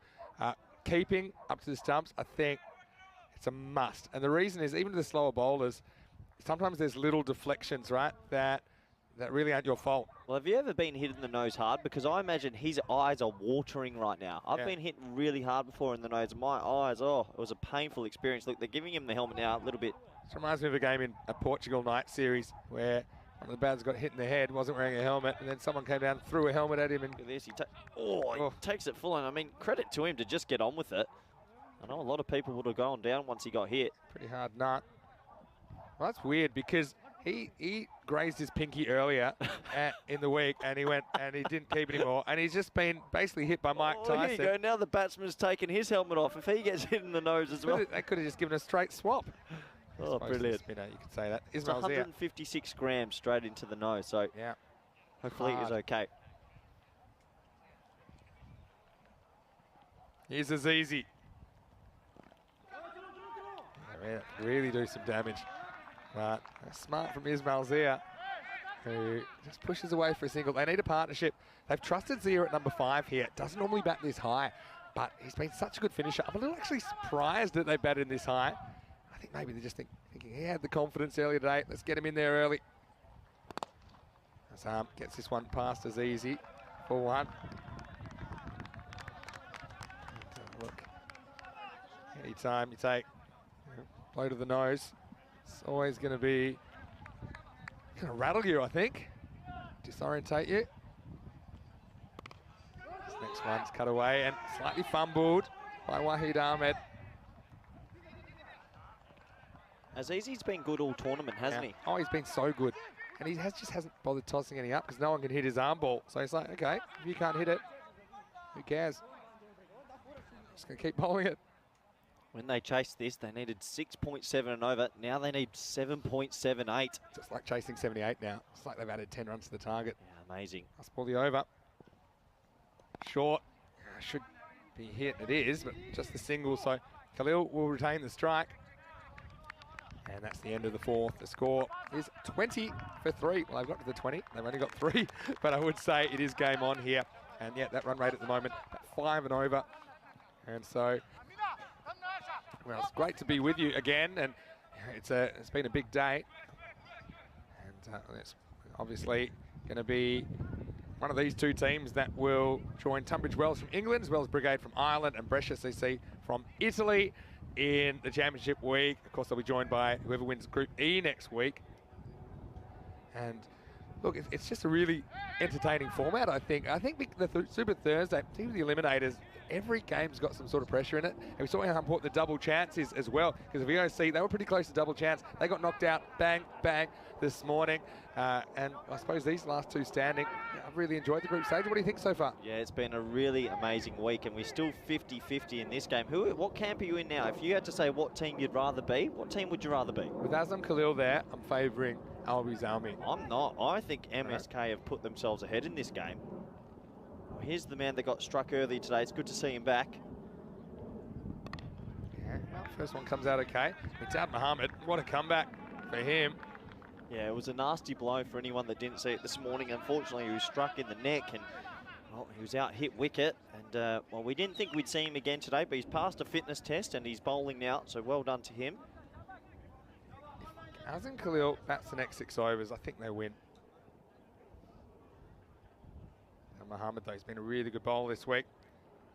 Oh, this is going nowhere. It's a little poke, and it's caught, and it's held in by Paramveer. He gets a little hug to keep it in from Amin Khan, and he's an awkward customer, Daud Mohammed. And Zia just couldn't time that up. He ends up just trying to get some sort of bat on it. It pops up in the offside, and there's that 4th wicket, 21 for 4. Yeah, well, you said 20 for 4, Vinny. You called it. Bit of Nostradamus from you, and amazing stuff. It's all happening here, and they're capitulating Albies Army. They only needed 67. And oh, this was a really poor shot. It was a bit of a nothing shot. Didn't know what to do with it. Because he's got awkward angles, Daud Mohammed. Speaking of awkward, that's a bit of an awkward hug from Amin Khan, but he made sure that Paramveer Singh was going to hold on to the ball because he was holding on to him. And look, Daud Mohammed, he's a weird bowler. He's slingy. He has a weird sideways jump. And what a comeback from Daud Mohammed as well. He picks up the wicket of Zia. He was the hero in the last game, but they'll need to find another hero here in the final. He goes for 2. It's 21 for 4. But I think that just completely threw off Ismail Zia's timing on that occasion. And he's kind of jumping. He's awkwardly just kind of showing the bat to the ball. Hit the shoulder and up it went. Good catch. Having so much strife here. I mean, they've just never got going in this run chase. And I think they're behind. They're really behind the 8 ball. It's been a low-scoring week. 67, surely. Taz Qureshi is the new batter facing Daud Mohammed. What a comeback from him. He's equal leading wicket taker this week now. A little air just before. Well, that's what you need. You need something to go your way, and he's beaten all ends up here, Qureshi, but he does get 4, and what takes him 4 close to that target. Yeah, I'm going to be a bit tough on the captain here, but when a new batsman comes in like that, you've got to have a 3rd man because he's more likely to edge it for 4 than hit it over deep mid-off for 6, and that 4 is a bonus 4 runs. And, well, little things like that keep them in this chase. They've got 2 in that 3rd man quarter in the circle. Would you think about maybe having a 3rd and kind of making that tighter? Well, no one's going to come out and hit the first ball over mid-off for 6 with this wind. I would have had 3rd man back. So a valuable 4 runs. Albies Army desperately needed that. Pushes, runs. Paramveer has a go but throws a wide. Albies Army thinking of a second. I think they might have collided. What happened here? Yeah, Qureshi's collided with Mohammed. Mohammed's been in the wars today. No way. Well, I hope it's not bad. Well, he's clutching his left shoulder, and that's his bowling arm, so I hope he's okay. The helmet, his helmet went straight into him. It was a pure accident. Oh, no. This is the risk of playing someone that's had a head injury in the morning. Oh. Yeah, have a look here, and then, oh no, and that's pretty much. It doesn't look like it's much, but that grill is quite tough, quite strong. At least it was more shoulder than higher on Daud Mohammed, who's, let's be honest, okay, it wasn't the wisest thing to bat without a helmet earlier, but it shows a lot of courage to get out there. That shows you how much this final means. Yeah, if means to him. Look there, I think that might have already been swelling up quite a bit. So the magic spray is going to be applied. Would you say the magic spray lady's been in your top 10 kind of players of the week? I'm telling you, Magic Spray has been man of the series, man of the week. It has been on the field so much. I've never seen so many finger injuries and little moments, and you can see it being applied now. And he looks like he's in quite a bit of pain as they put on the Magic Spray. Yeah. Still wonder what they put in that bottle. Yeah. Did you ever play a few practical jokes with the Magic Spray back when you were playing? No. Oh, look, he's straight up. It's worked. I hope he's okay. He looks like he's okay. Well, let's just say, I think even the Magic Spray was... It's outdone itself. This week, it has been on the field so much.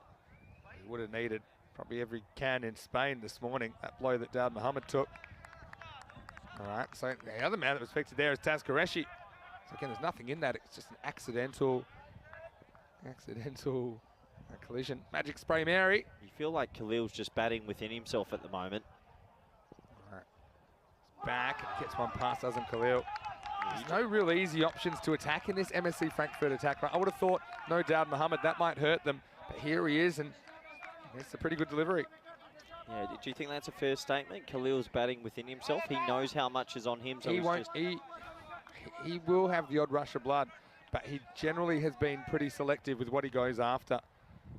He's not going after much at the moment. 6 off 12. Now he goes for one. Wants two, but clean pickup. He's not going to get two. It's the end of the first half. Well, game on. 27 for 4, 40 required in the second half. And we talked about 80 being kind of par today. Well, that's like par for a second half now. They need 40 off the last 5 overs. Yeah, look at the scorecard. It's pretty sorry reading if you're an LB Zalmi supporter. They just needed one of these batsmen to get going, but Alizai's the man in next, and we know he can hit a big ball as well. Next 3 can all bat, but yeah, especially Alizai. He's been a bit out of form, but he's had a couple of innings this week where he's absolutely smashed the ball. And they're going for Qureshi. I think, okay, if Azam is the kind of the batter they're batting around, the others do need to attack. I think now's the time for them to attack. They do have resources. They don't want to leave their run too late and kind of wish they were more aggressive earlier. I think he's going at this ball. I just have a feeling that he's been building for a moment, and I have a feeling it's coming now. Khan, the bowler. There it is. He goes for it and he gets away with it. He gets 4. You thought enough was enough. So he tries to unsettle Carter. It was a bit of a gamble, but there was a big gap at deep mid-wicket. That's where he aimed it, but it ended up at third man. Cuatro carreras. Yeah, I just had that feeling, and he did. He'd been playing within himself, and then he tried to explode. It's a loose shot, but he gets a little bit of luck. 4 runs. Those 2 edges for 4. Oh, that's a big sigh of relief if you're a Swedish supporter. Just need something to go their way. Or ideally, a couple of things. Deep in the creases, Khalil often likes to come at the bowlers. And now he's gone. The very next ball, he plays across one from Khan. It's 4 and out. Khalil has to go. 31 for 5. Yeah, poor shot, poor dismissal. It's the top of the stumps. He just tried to play a cute little shot across the line. He plays all round it. Oh, he'll be devastated with that. He never really looked like he was in this innings. Another wicket falls. MSC Frankfurt, they're on track here to defend a ridiculously low T10 total.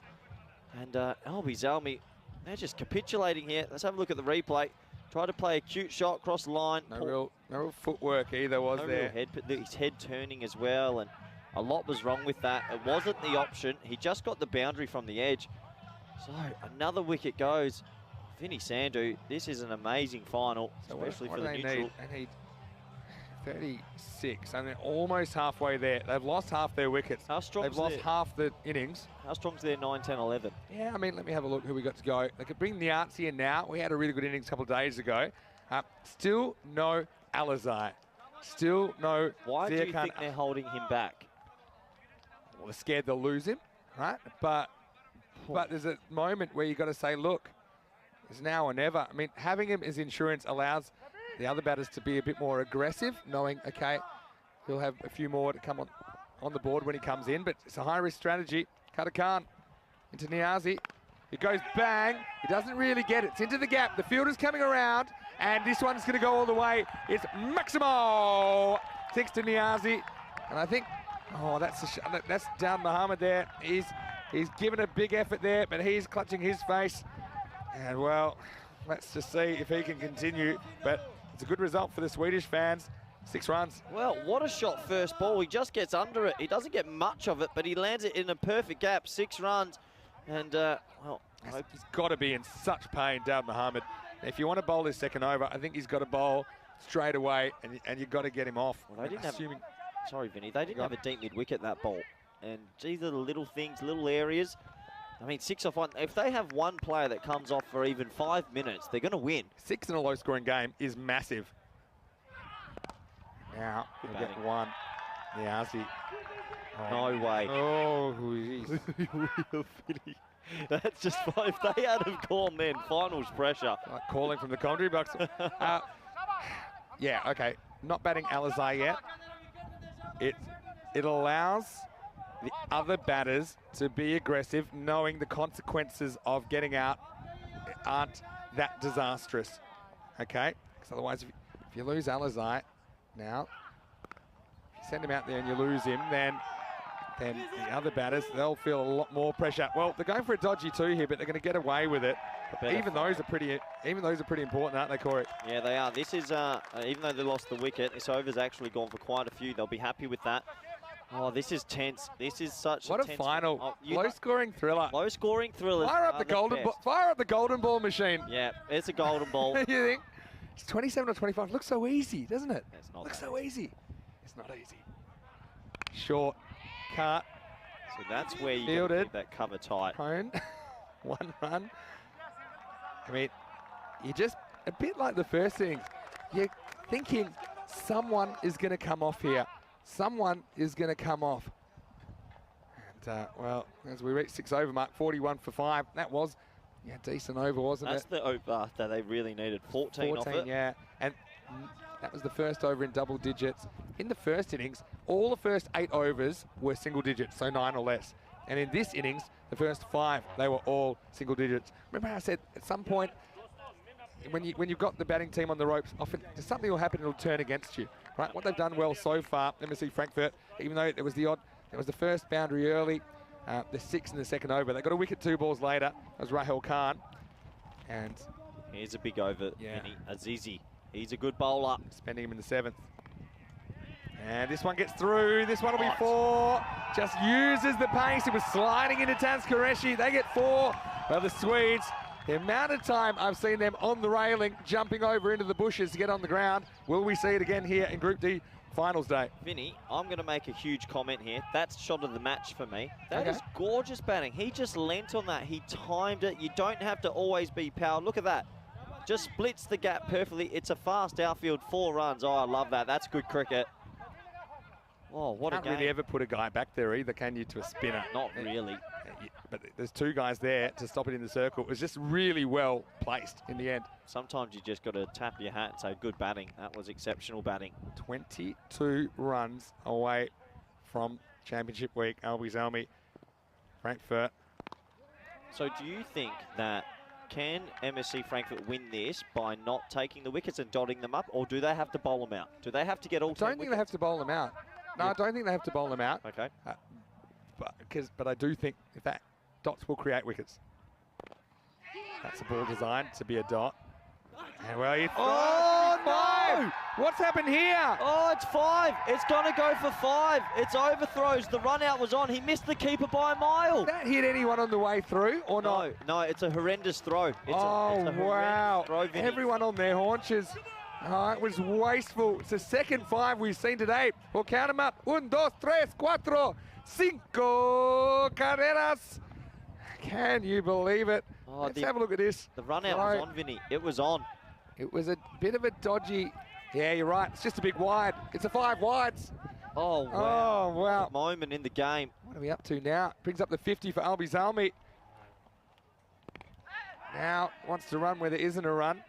There's a lot of nervous energy. They need a wicket now, just with those last few boundaries. It's so tense out there, but even with all this tension, the players have played this game in a very good spirit. Yep. See the interaction there between Azizi and the batter. Takes it away. Well, this could be 4 more. It's going. A little jink round the corner. 4 más. And well, John in the background, he's enjoying it. Niazi, he reaches double figures. I think this is off the bat. Yep. Takes him up within 13 runs of victory. Wow, just a flurry of boundaries in the last 4 or 5 minutes have all of a sudden catapulted Albie Zalmi into pole position. Just an innocuous few boundaries, and all of a sudden they only need 13. Game can change so quickly, but it can change back so quickly as well. Back to live action. This is a little French cut. It'll just be 1. It's just in the last 5 minutes, Vinny, it started to run their way. A few little things. Normally that happens, right? And to be fair, it happened at the back end of the Frankfurt innings as well. It's just happened a little bit earlier for Albie Zalmi, so it gives them more time. I think that's the end of the over. Azizi, he ends up spending his second over, doesn't pick up a wicket. The score is 55 for 5, all the 5s, and 5 matches coming your way, Group E on Monday. And the very first one, that's a doozy. Farmers from Jersey and Harvey S from Holland. That'll be a good game. Yeah, it really will. Two are tipped to be probably the favourites, but I tell you, the Tell your Spanish friends, team. tell your friends and family, and anyone else, shout it from the rooftops. ECL is here. I mean, look at this cricket entertainment, and it's coming back Monday morning, 8 o'clock in the morning GMT, which is 9 o'clock in Central Europe, 1:30 p.m. in India. I'll even go as far as to say, if you're in Western Australia, Wow. then it will be, I have to work it out, that's 4 p.m. On the West Coast, and 6 p.m. Brisbane, 7 p.m. Sydney, Melbourne, Hobart. 12 to win. They need a wicket. MSC Wow, look who's Frankfurt. back. It's Rick McCosker with the ball. Bandaged short. Dad Muhammad, I mean. Good batting, smart batting. They've got the boundaries now. I mean, you've got Qureshi, who's 17 of 70 yards. He's 13 of 6.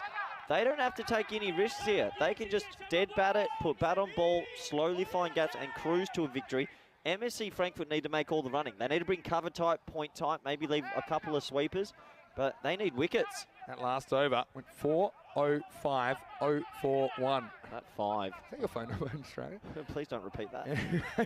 But, yeah, 11 to win. Now, you see that they've gambled with a couple of extra infielders. Oh, well, they've gone hyper aggressive. They've gone 5 people, 6 people in the ring. That's maybe a bit far. You still have a few runs to play with. Can't get anything. Okay, so just on this offside, Vinny, so they've got point and cover type, but they've got the cover point in the ring as well. You could actually let him sit back. So if it breaks through, it's just a 1. Yeah, sure. You don't want to go hyper aggressive. You've still got 11 runs to play with. A couple of people tight, a couple of sweepers, but they've gone extremely. There's no boundary rider square of the wicket either side. 6 with partnership with 25 and counting. But it might not go any further. Now the keeper's got this for sure, and he takes the catch while he can't. And that partnership will go no further, but still a valuable contribution from Qureshi. But he just turns the face on this one. It goes straight up. And with 11 to win, we have a 6th wicket. It's 56 for 6. This game's got more twists than a salsa dancer. This is crazy cricket. Oh, they were so close to closing this game off. He gets a leading edge. It goes miles in the air. He could have put that away. He will be so disappointed he closed the face of the bat too early. Just a timing thing, right? Yep. Just threw it a little bit too early, a bit of nerves or whatever. But to be fair, that was a really, really good partnership in the context of the game. 17 off 9 in such a low-scoring game from Taz Qureshi. He's got them perilously close to this target. They only need 11 more, and this is the man, I think, that is capable of finishing the job. For MSC Frankfurt to have any chance, they've got to get him early. Zia Alizai coming to the crease. He's coming in very low. He's coming in at number 8. Wow. Yep, they've still got a lot of people in the ring. They've got 6 in the ring. And Mohammed, well, congratulations him. He's the leading wicket taker in the group now with 14. He is. He's had a hard day. Unbelievably. Look at him. He looks like... Weathered. Yeah. Well, he has had a hard day at the office. Still got a bit of swollen jaw there. Look how many people are that tight. Well, Alizai will be trying to go over the top of them and the rope. Strap yourself in. Oh, changed my mind. All right, you have to see that from Alizai. I wonder how he'll handle his pressure. You don't know till you're out there. 14 balls remaining, 11 to get. I'm still a little bit baffled. I know you got to get a couple of dot balls here, but they've got everyone basically in the ring. If it gets through the infield on leg side or offside, it's 4. He's the kind of guy that could sky one to an outfielder as well, and you're kind of limiting your ability to take those ones. You know, so I probably would have a couple more back. You know, you've got runs to play with, Stewie. You have a couple tight, but a couple back. They can win this in 2 hits, you know. Yep. Tries, misses. Oh, this is high. This is high risk, high tight rope. No safety net batting. We're going to see if there's a chance, and that could swing the game back towards MSC Frankfurt. Oh wow! Look at him. He's in pain. He's in a lot of pain. What a day this is probably one of the most courageous things I've ever seen. It's one thing to bat with this kind of injury, but he's running in and bowling, and he's just got to get through one more ball. Yeah, Mohammed. 2 for 8 with a serious neck injury. Good on him. Very brave. They've just pulled fine leg out now. They've got a deep square. They've got a very tight square leg. Last ball for Dawud Mohammed now. Yeah, it's pushed away. They run, and they get away with it. Slight fumble from Paramveer. End of 8. 57 for 6. And look, 10 off the last 2. Again, it looks easy when you see it on the screen. There's no easy runs out there at the moment. Well, see that last one that was run for a single. If he's going to be in, he might as well be in. And well, they get the one anyway. And we'll take a quick look at the comparative worms. And Albies Army in that 6th and 7th over, they just boosted themselves ahead, didn't they? Someone needs to call the defibrillator, I can say it, for Albies Army, because they flatlined that over. And Dad Mohammed, what a performance. That over had 2 singles and a wicket in it. And yeah, he's going to go off. And you can see he did have that extra blow, didn't he, to the shoulder. Yeah. So I think it's probably fair enough. So he did think once he bowled a second over, he probably would go. I mean, it's tough stuff. Just looking at the tactics here, Vinny. The tactics here are going to be so important. So brave, honestly. All right, it all happens in the night. That's what's scary. It all happens in the night. Oh, wow. Okay, talk to me about the tactics. If I'll tell you who's bowling, it's Wahid Ahmed.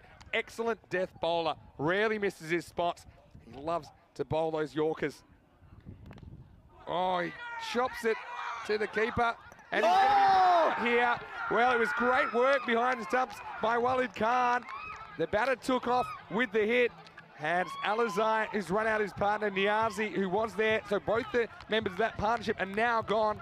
And that's a 7th wicket down with 11 balls remaining. It's 57 for 7. Oh, the game is back on. That was a suicidal run. It was the underneath edge, straight to the wicketkeeper, Walid Khan. Good movement from him to pluck it in one hand. Goes up, gets down, and then hits. Oh, wow. That is suicidal running. Pressure. Alizai just, he basically runs without checking with his partner, who would have been a hard no, I think, from Niazi. This is a really, really extremely tense game. Niazi, you can't fault his work. 4 and a 6 in his 13. Valuable contribution. 57 for 7.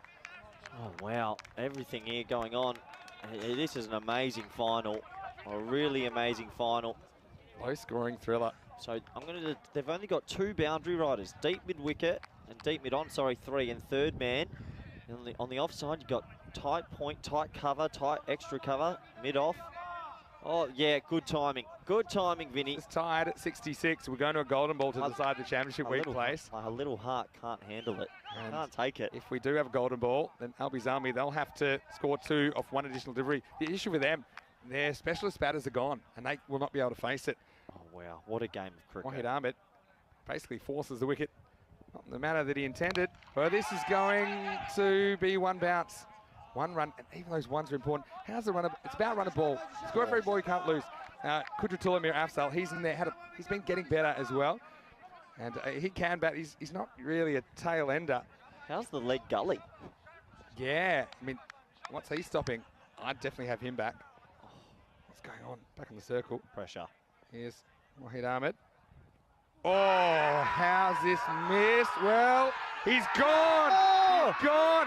Well, the umpire has had a little inside edge, and Alizai cannot believe it, but it's going to be caught behind. Walid Khan takes the catch, diving to his left. Well, we didn't pick it up, but Alizai he's going to have to go. It's going to be 58 for 8. Well, big moment. And look, Sweden, they were the beneficiary of a couple of umpiring decisions yesterday that went their way. This one doesn't. And, well, now you'd have to say it's advantage to the Germans. Well, what an over this is. It's going to be hard to pick up on our replays. Let's have a closer look now. It's angling in. I mean, that is so close to the bat. You just can't tell. How are we meant to tell? It was a big appeal. I mean, if you roll that forward, I mean, the bowler straight away, he hears it. Didn't really seem near the pad, did it? No, it's not near the pad. So if there is any noise, it's next to the bat. And a big decision. I mean, I can understand the batsman being upset, but that's just because of the heat of the moment, the emotion in the moment. Oh, well, what a final this is. They're only 2 wickets away now, Vinny. Scoring thriller. 7 will tie it. They got 2, and that limits your ability to take dodgy runs as well, doesn't it? When you're running out of wickets. Just pointing for Alizai. They held him back, but he's only able to contribute a single. 58 for 8. Oh, I tell you what, this is remarkable. Be honest, there's no cricket like this in the world, is there? Oh, absolutely There's no not. cricket like this in the world. No way. No way. There's no man in the world that feels quite like Usman Jabbar feels right now. Nervous. As he walks out. And I thought it was incredibly lucky that Alizai wasn't bowled off that delivery. But umpire heard a little tickle, so he had to go. They would love an edge for 4, tell you Still what. got to be brave. Got to protect his stumps now as well. Yeah, aim at the stumps, Ahmed. That's all you can do. That's what he'll be doing. He's got 2 for 8. And he wants to go, and he'll get one. So what's the point of having 4 men in the ring on the offside if you're going to have all 4 on the ring? Yeah, well, they're not really on the ring, though. They're like a bit in. But the thing is, the batters obviously said, look, we're going here. Can I tell you just quickly, that shot by Jabba, that was a lovely forward defensive from the number 10. That was gorgeous. I mean, how nervous are our viewers? I'm nervous. I mean, I've got to be honest, I love both of these teams. All right? They both are really spirited teams. This is a bit like Edgbaston, Australia versus England. Last wickets. Just a bit more intense. Here's Ahmed. Gone! 9 out. 9 out now. Kututula plays all around this one. It hits the middle stump. And MSC Frankfurt now on the verge of an improbable victory. And 9 out for 59. 7 balls left. 8 required. And, well, they are 1 magical ball away from a spot in Championship Week. Oh, well, Vinny, if you told me the Friday finals are going to be like this, I wish I did every single one. This is unbelievable ball. Under pressure, he gets it right up. That's the perfect ball to the lower order. He lands the Yorker. The middle stump goes flying back. MSC Frankfurt are on the verge of pulling off a remarkable win. Remarkable. Let's think tactics here. Oh. Okay, there's 1 to come in the over. You need 8. You've got your number 11 coming out. Block it. Does he just block it, yeah? Block it. Get an edge for 4. Yeah. You don't need it. Yeah. Well, what do you want? Take it to look. You got to get through Ahmed. He's their best death bowler. I'm trying to compare the batting skills of Usman Jabbar and Lamar Momand. They're in a lot of trouble. I haven't seen a lot of Momand because he bats 11, right? I mean, what? Oh, wow. What goes with the Malta guys? It's been 19 wickets in this game for about 110 runs. 120 runs. This is crazy. It's absolutely crazy. Well, this could be it. Moment. Well, they're 1 ball away from winning, and I guarantee you, Wahid Ahmed is going at the stumps here. 9 wickets down. And now, well, there's no run here. They don't want to take it. There's a bit of a fumble. It caused some confusion. So we're going to the last. What about, and look at that. I mean, well, that's not just Daud Mohammed holding his head because he's nervous. He's also holding his head together. But, so now, yeah. This is amazing. 7 to tie. And 8 to win. They've just lost 3 wickets for about 3 runs as well. They had this under control and over or 2 ago. I tell you what. Penalty runs? I was just going to say. Hold on. All right, hold on.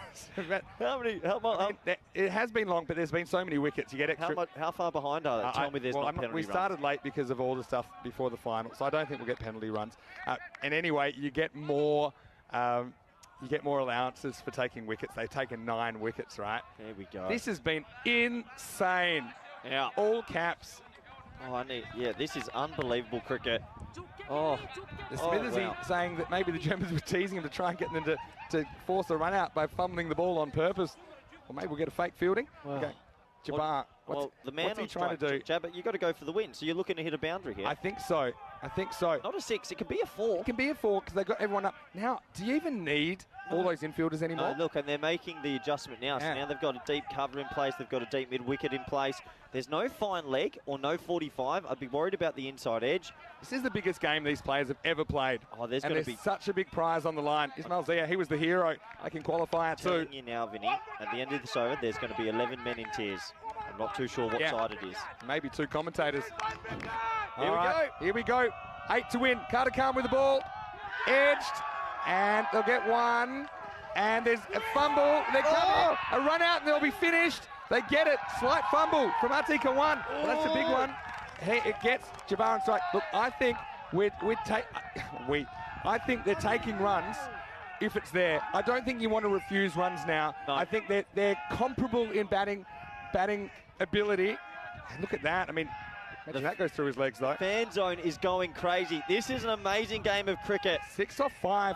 1 shot's away. You're 1 shot. Imagine if you hit to 6. Yeah, but then you start playing tricks with yourself. If you see one you think you can hit. Everyone's come back in on the offside. All right.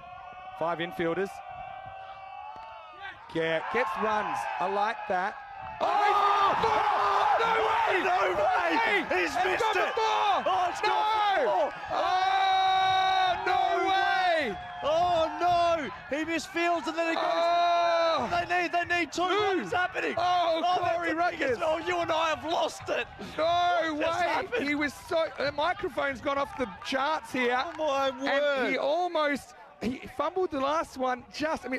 Imagine being a Tika 1 right now. I can't breathe. Oh my word! It's casual. And he just... Oh, no. Oh. They need 2. So one to get it to a tie, 1 wicket to win. Oh. Imagine, this is probably, not probably, it's an ECN classic. Oh, my word. Spare a thought for Atika 1. What's going to happen? Okay, everyone's coming tight. Look, see, short cover, thirds come out. Everyone's tight. There's the man on the screen. How many to come? Well, there's plenty of balls. 4 balls to come. Have a crack at a couple, I reckon, if you can hit it through the field. But don't necessarily run for anything. Oh, mate. This is, you know what this is? South Africa, Australia, 99 World Cup. Yeah, Alan Donald ran himself Alan out. Donald, hold on to your bats. I think if you're batting, then just enjoy the moment. All right, here we go. Enjoy the moment. 1 to tie, 2 to win for Albi Zalmi. Why? It's a tie at the moment. Wow. They can't lose just yet. Just yet. A wicket would be a golden ball. Telling you something, though. The golden ball will be a big advantage for the fielding team because one of these guys has to face it. You're out of batters. Well, if it's a golden ball and there's the wicket falls, then it has to be Moment. Moment would have to face it. If it depends who's out, right? Oh, yeah, Moment could be if run out. Oh, my, I can't believe what I'm watching. What a final. Remember the 4 overthrows? I can't breathe. Vinny, help. I'm an intense kind of person sometimes. This is about as intense as you can feel life Look at right this now. Silly mid-on. Oh, I'm a huge fan. What a game. 1 run to win. Have a crack at it, I think. Here we go. Any score wins it for the Swedes. No, they're going. They're going. They need to. Oh, he misses. It's all over. The Swedes. They've done it. Unbelievable. He misses the stumps. They've done it, Vinny. Oh, it was a suicidal run as well, but no one was at the stumps. And Albi Zalmi are Group D champions. They survive where others fell around them, and the Swedish flag flies high at Kartama. A boil over. One of the best matches we've ever seen on the European Cricket Network. And spare a thought for MSC Frankfurt. You know, they've tried their hearts out, but they've done what looked impossible moments ago. And Jabbar, the hero, as it's Albi Zalmi 67, Frankfurt 66. Albi Zalmi winning with 3 balls to spare. Oh, Jabbar, what a win. The number 10, he got the runs in the end. It was a suicidal single, a direct hit. So unnecessary. It was a terrible run. Alan Donald, that was what it was. It was a bad run, but it paid off. And with 2 teams panicking, it was the Swedes that got away with it. There's nobody at the stumps. Oh, I really feel for the MSC Frankfurt guys as well. Think about the week that they've had. And they were expertly led by Sikandar Khan and had a lot of match winners. How about the bravery of some of their players, like Dowd Muhammad in particular. But, well, it was a game, as said in the chat, that everyone was saying that almost they both tried to lose it. I need a moment, Vinny. What a remarkable game. How's the missed fields by the third man fieldsman? Oh, my word. Oh, look. The Swedish flag is flying high because they're going to finals week, Vinny. It's a great advertisement for the game of cricket, and in particular, European cricket, when it comes down to it. All right, and let's really acknowledge MSC Frankfurt as well, the way that they fought with every fibre of their beings. We said we'd see some tears, Vinny. There they are. And he had 66 to defend. I think that's the man that missed the 2. Right, there, actually, Zamin Khan, but I mean, look, what an experience for them. That will spur them, of course, to come back next year to be German champions. And well, I think all of the spectators, players, family, and even all the locals that have come to join us today, they will remember that for a long time. Well, they've done the Brescia of last week. They've come from 4th. They've won 3 on the trot, and they couldn't have won in a more dramatic fashion. Oh, can we see the last ball again, how close the throw was to the stumps? Because if it's a direct hit, it's a golden ball. Yeah, and then you'd favour the fielding team. We may or may not see that. We'll probably see it in the highlights. I think it probably misses by 2 or 3 stumps. I had a good angle on it here. But Albi Zalmi, they have done it before, and they said, we can do it again, and they have. But it's one thing to do it in your own country.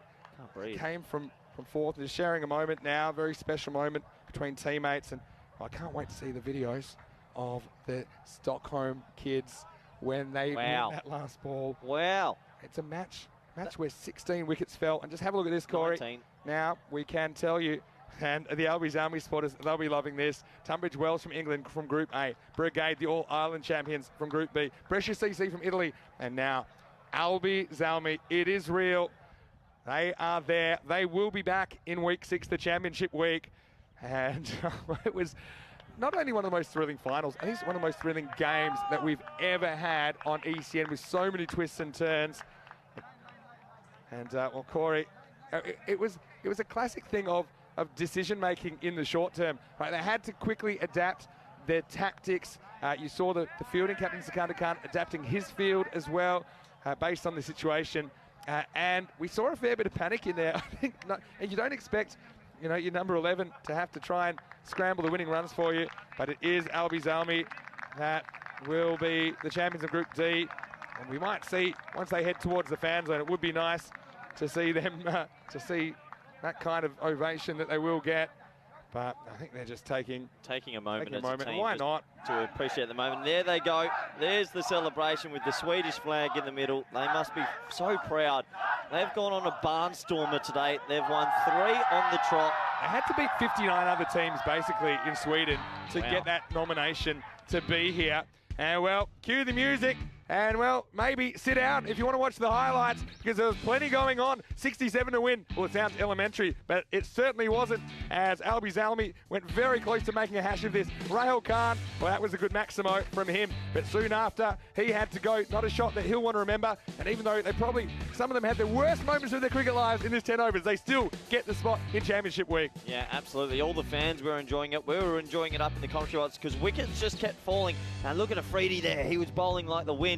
A big wicket, and well, it was just some crazy moments. He got hit in the nose there, the keeper, and he got on with it, did Walid Khan, and this one popped up in the air. Nice simple catch, and the wickets were falling, and MSC Frankfurt, they were the favourites at this stage for me. And we thought it was intense then, right? We thought it was intense then. Ismail Zia, he had to go as the hero last match, and then there's this little partnership, and then just when he looked good, he played across one. I'm sure he'll look back at that. He's getting a bit too leg side conscious with this wind, I think. But then it was this little partnership in the middle that just got them a bit closer to the target.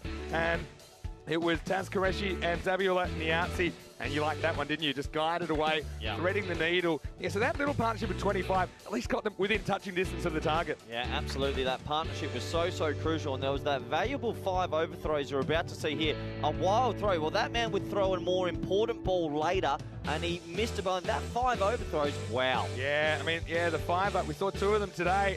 Alby Zalmi just knew they were nervous. And then that little leading edge ended the partnership. Zia Alizalo, he was the man that could come out at number 8 and make a difference. But then he removed the set batter as he ran where there wasn't a run. Look, doesn't even look at his partner. And then when he does look, he's halfway down the pitch. Niazi had to go. An important 13, though, from him in a low-scoring encounter. So then it was on Alizai to keep going. But then he was caught behind. Little inside edge. That was the end of him. And, well, the Germans, they believed once again the game had swung back their way. And he's saying, well, what happened? He was informed. He had to go. He was in good company as Kudratullah went very soon after. And then had 9 wickets down, and it really went down to the wire. Here's the big moment, Vinny. The number 10, started to get some late cuts going in the last over, running it down to third man. And this was the moment, wasn't it? Yeah, pat on ball. They just tried to keep it moving. And this was just absolutely insane from Atiq. Slight fumble, the ball before. But then that time, they went straight through the Jake the Pegs. And then this was to win the match.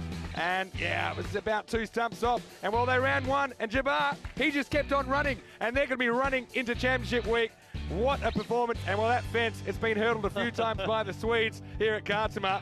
Well, that garden not looking as good. But the Swedes, they are looking good. They have booked a date in week 6 as we go to the scorecard. And, well, it was not really a pretty scorecard. They're going at 70 pace, but no one getting out of the teens, but I suppose they were just able to keep edging towards that target. Yeah, every single batsman scored 1 run at least, and when you keep adding them up, you're going to get there, and they got there by the smallest of margins. But that little partnership between Qureshi and Niazi, that was very important near the back half of the innings. MSC Frankfurt, I'll give them some credit. They gave it everything. Not many teams would ever think or dream of defending 66, but they gave it a red-hot crack. Dawud Mohammed, though, with the neck injury earlier today, a shoulder injury in this game, he took 2 for 9, the leading wicket taker of this week. Well done to him. Shahid Afridi, 2 for 5. Wahid Ahmed, 3 for 9. They gave it their all. Credit to MSC Frankfurt for doing that. But in the end, Alby Zalmi, they steal the chocolates, and we will see them again in finals week. Unbelievable game of cricket. We look at the comparative Manhattan, and well, yeah, it was just a chaos game. The amount of red dots, 16 wickets in the match, 66 plays 67. Just an unbelievable game of T10 action, low-scoring classic. And in the end, Albizami beat MSC Frankfurt by 1 wicket. And yeah, the low-scoring thrillers are always the best, and we have thoroughly enjoyed this. Oh, it's been an incredible match. It's been an incredible week, let's be honest about that. It was the sort of week where anything was possible. I mean, you even believe that the Giants, they could have pulled off their first win yesterday. That was the start of this kind of phase. And this final, Albizami, they had to win 4 straight, and they got there with 3 balls remaining. A lot of good bowling performances in that match. Not so many good batting performances, but nonetheless, some really important. But I'm just taking this off now because it's been Peacock Friday. Yeah, Peacock Friday. Well, you know what? It was an incredible match. I can work this out eventually.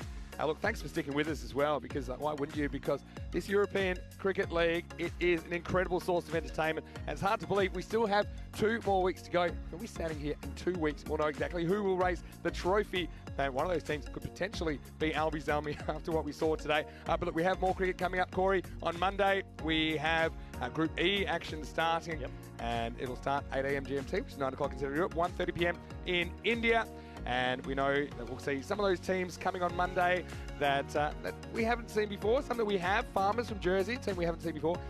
Javiers, of course. Grindhout, they're a team that you know a lot about.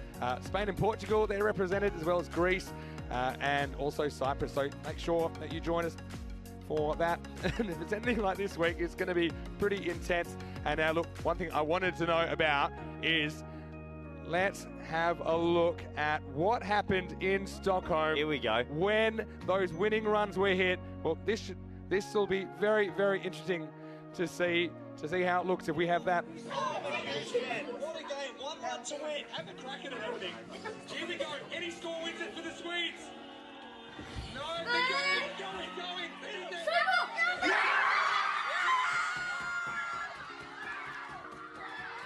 Wow, it was intense here. It looks even more intense there, with the kids going absolutely crazy.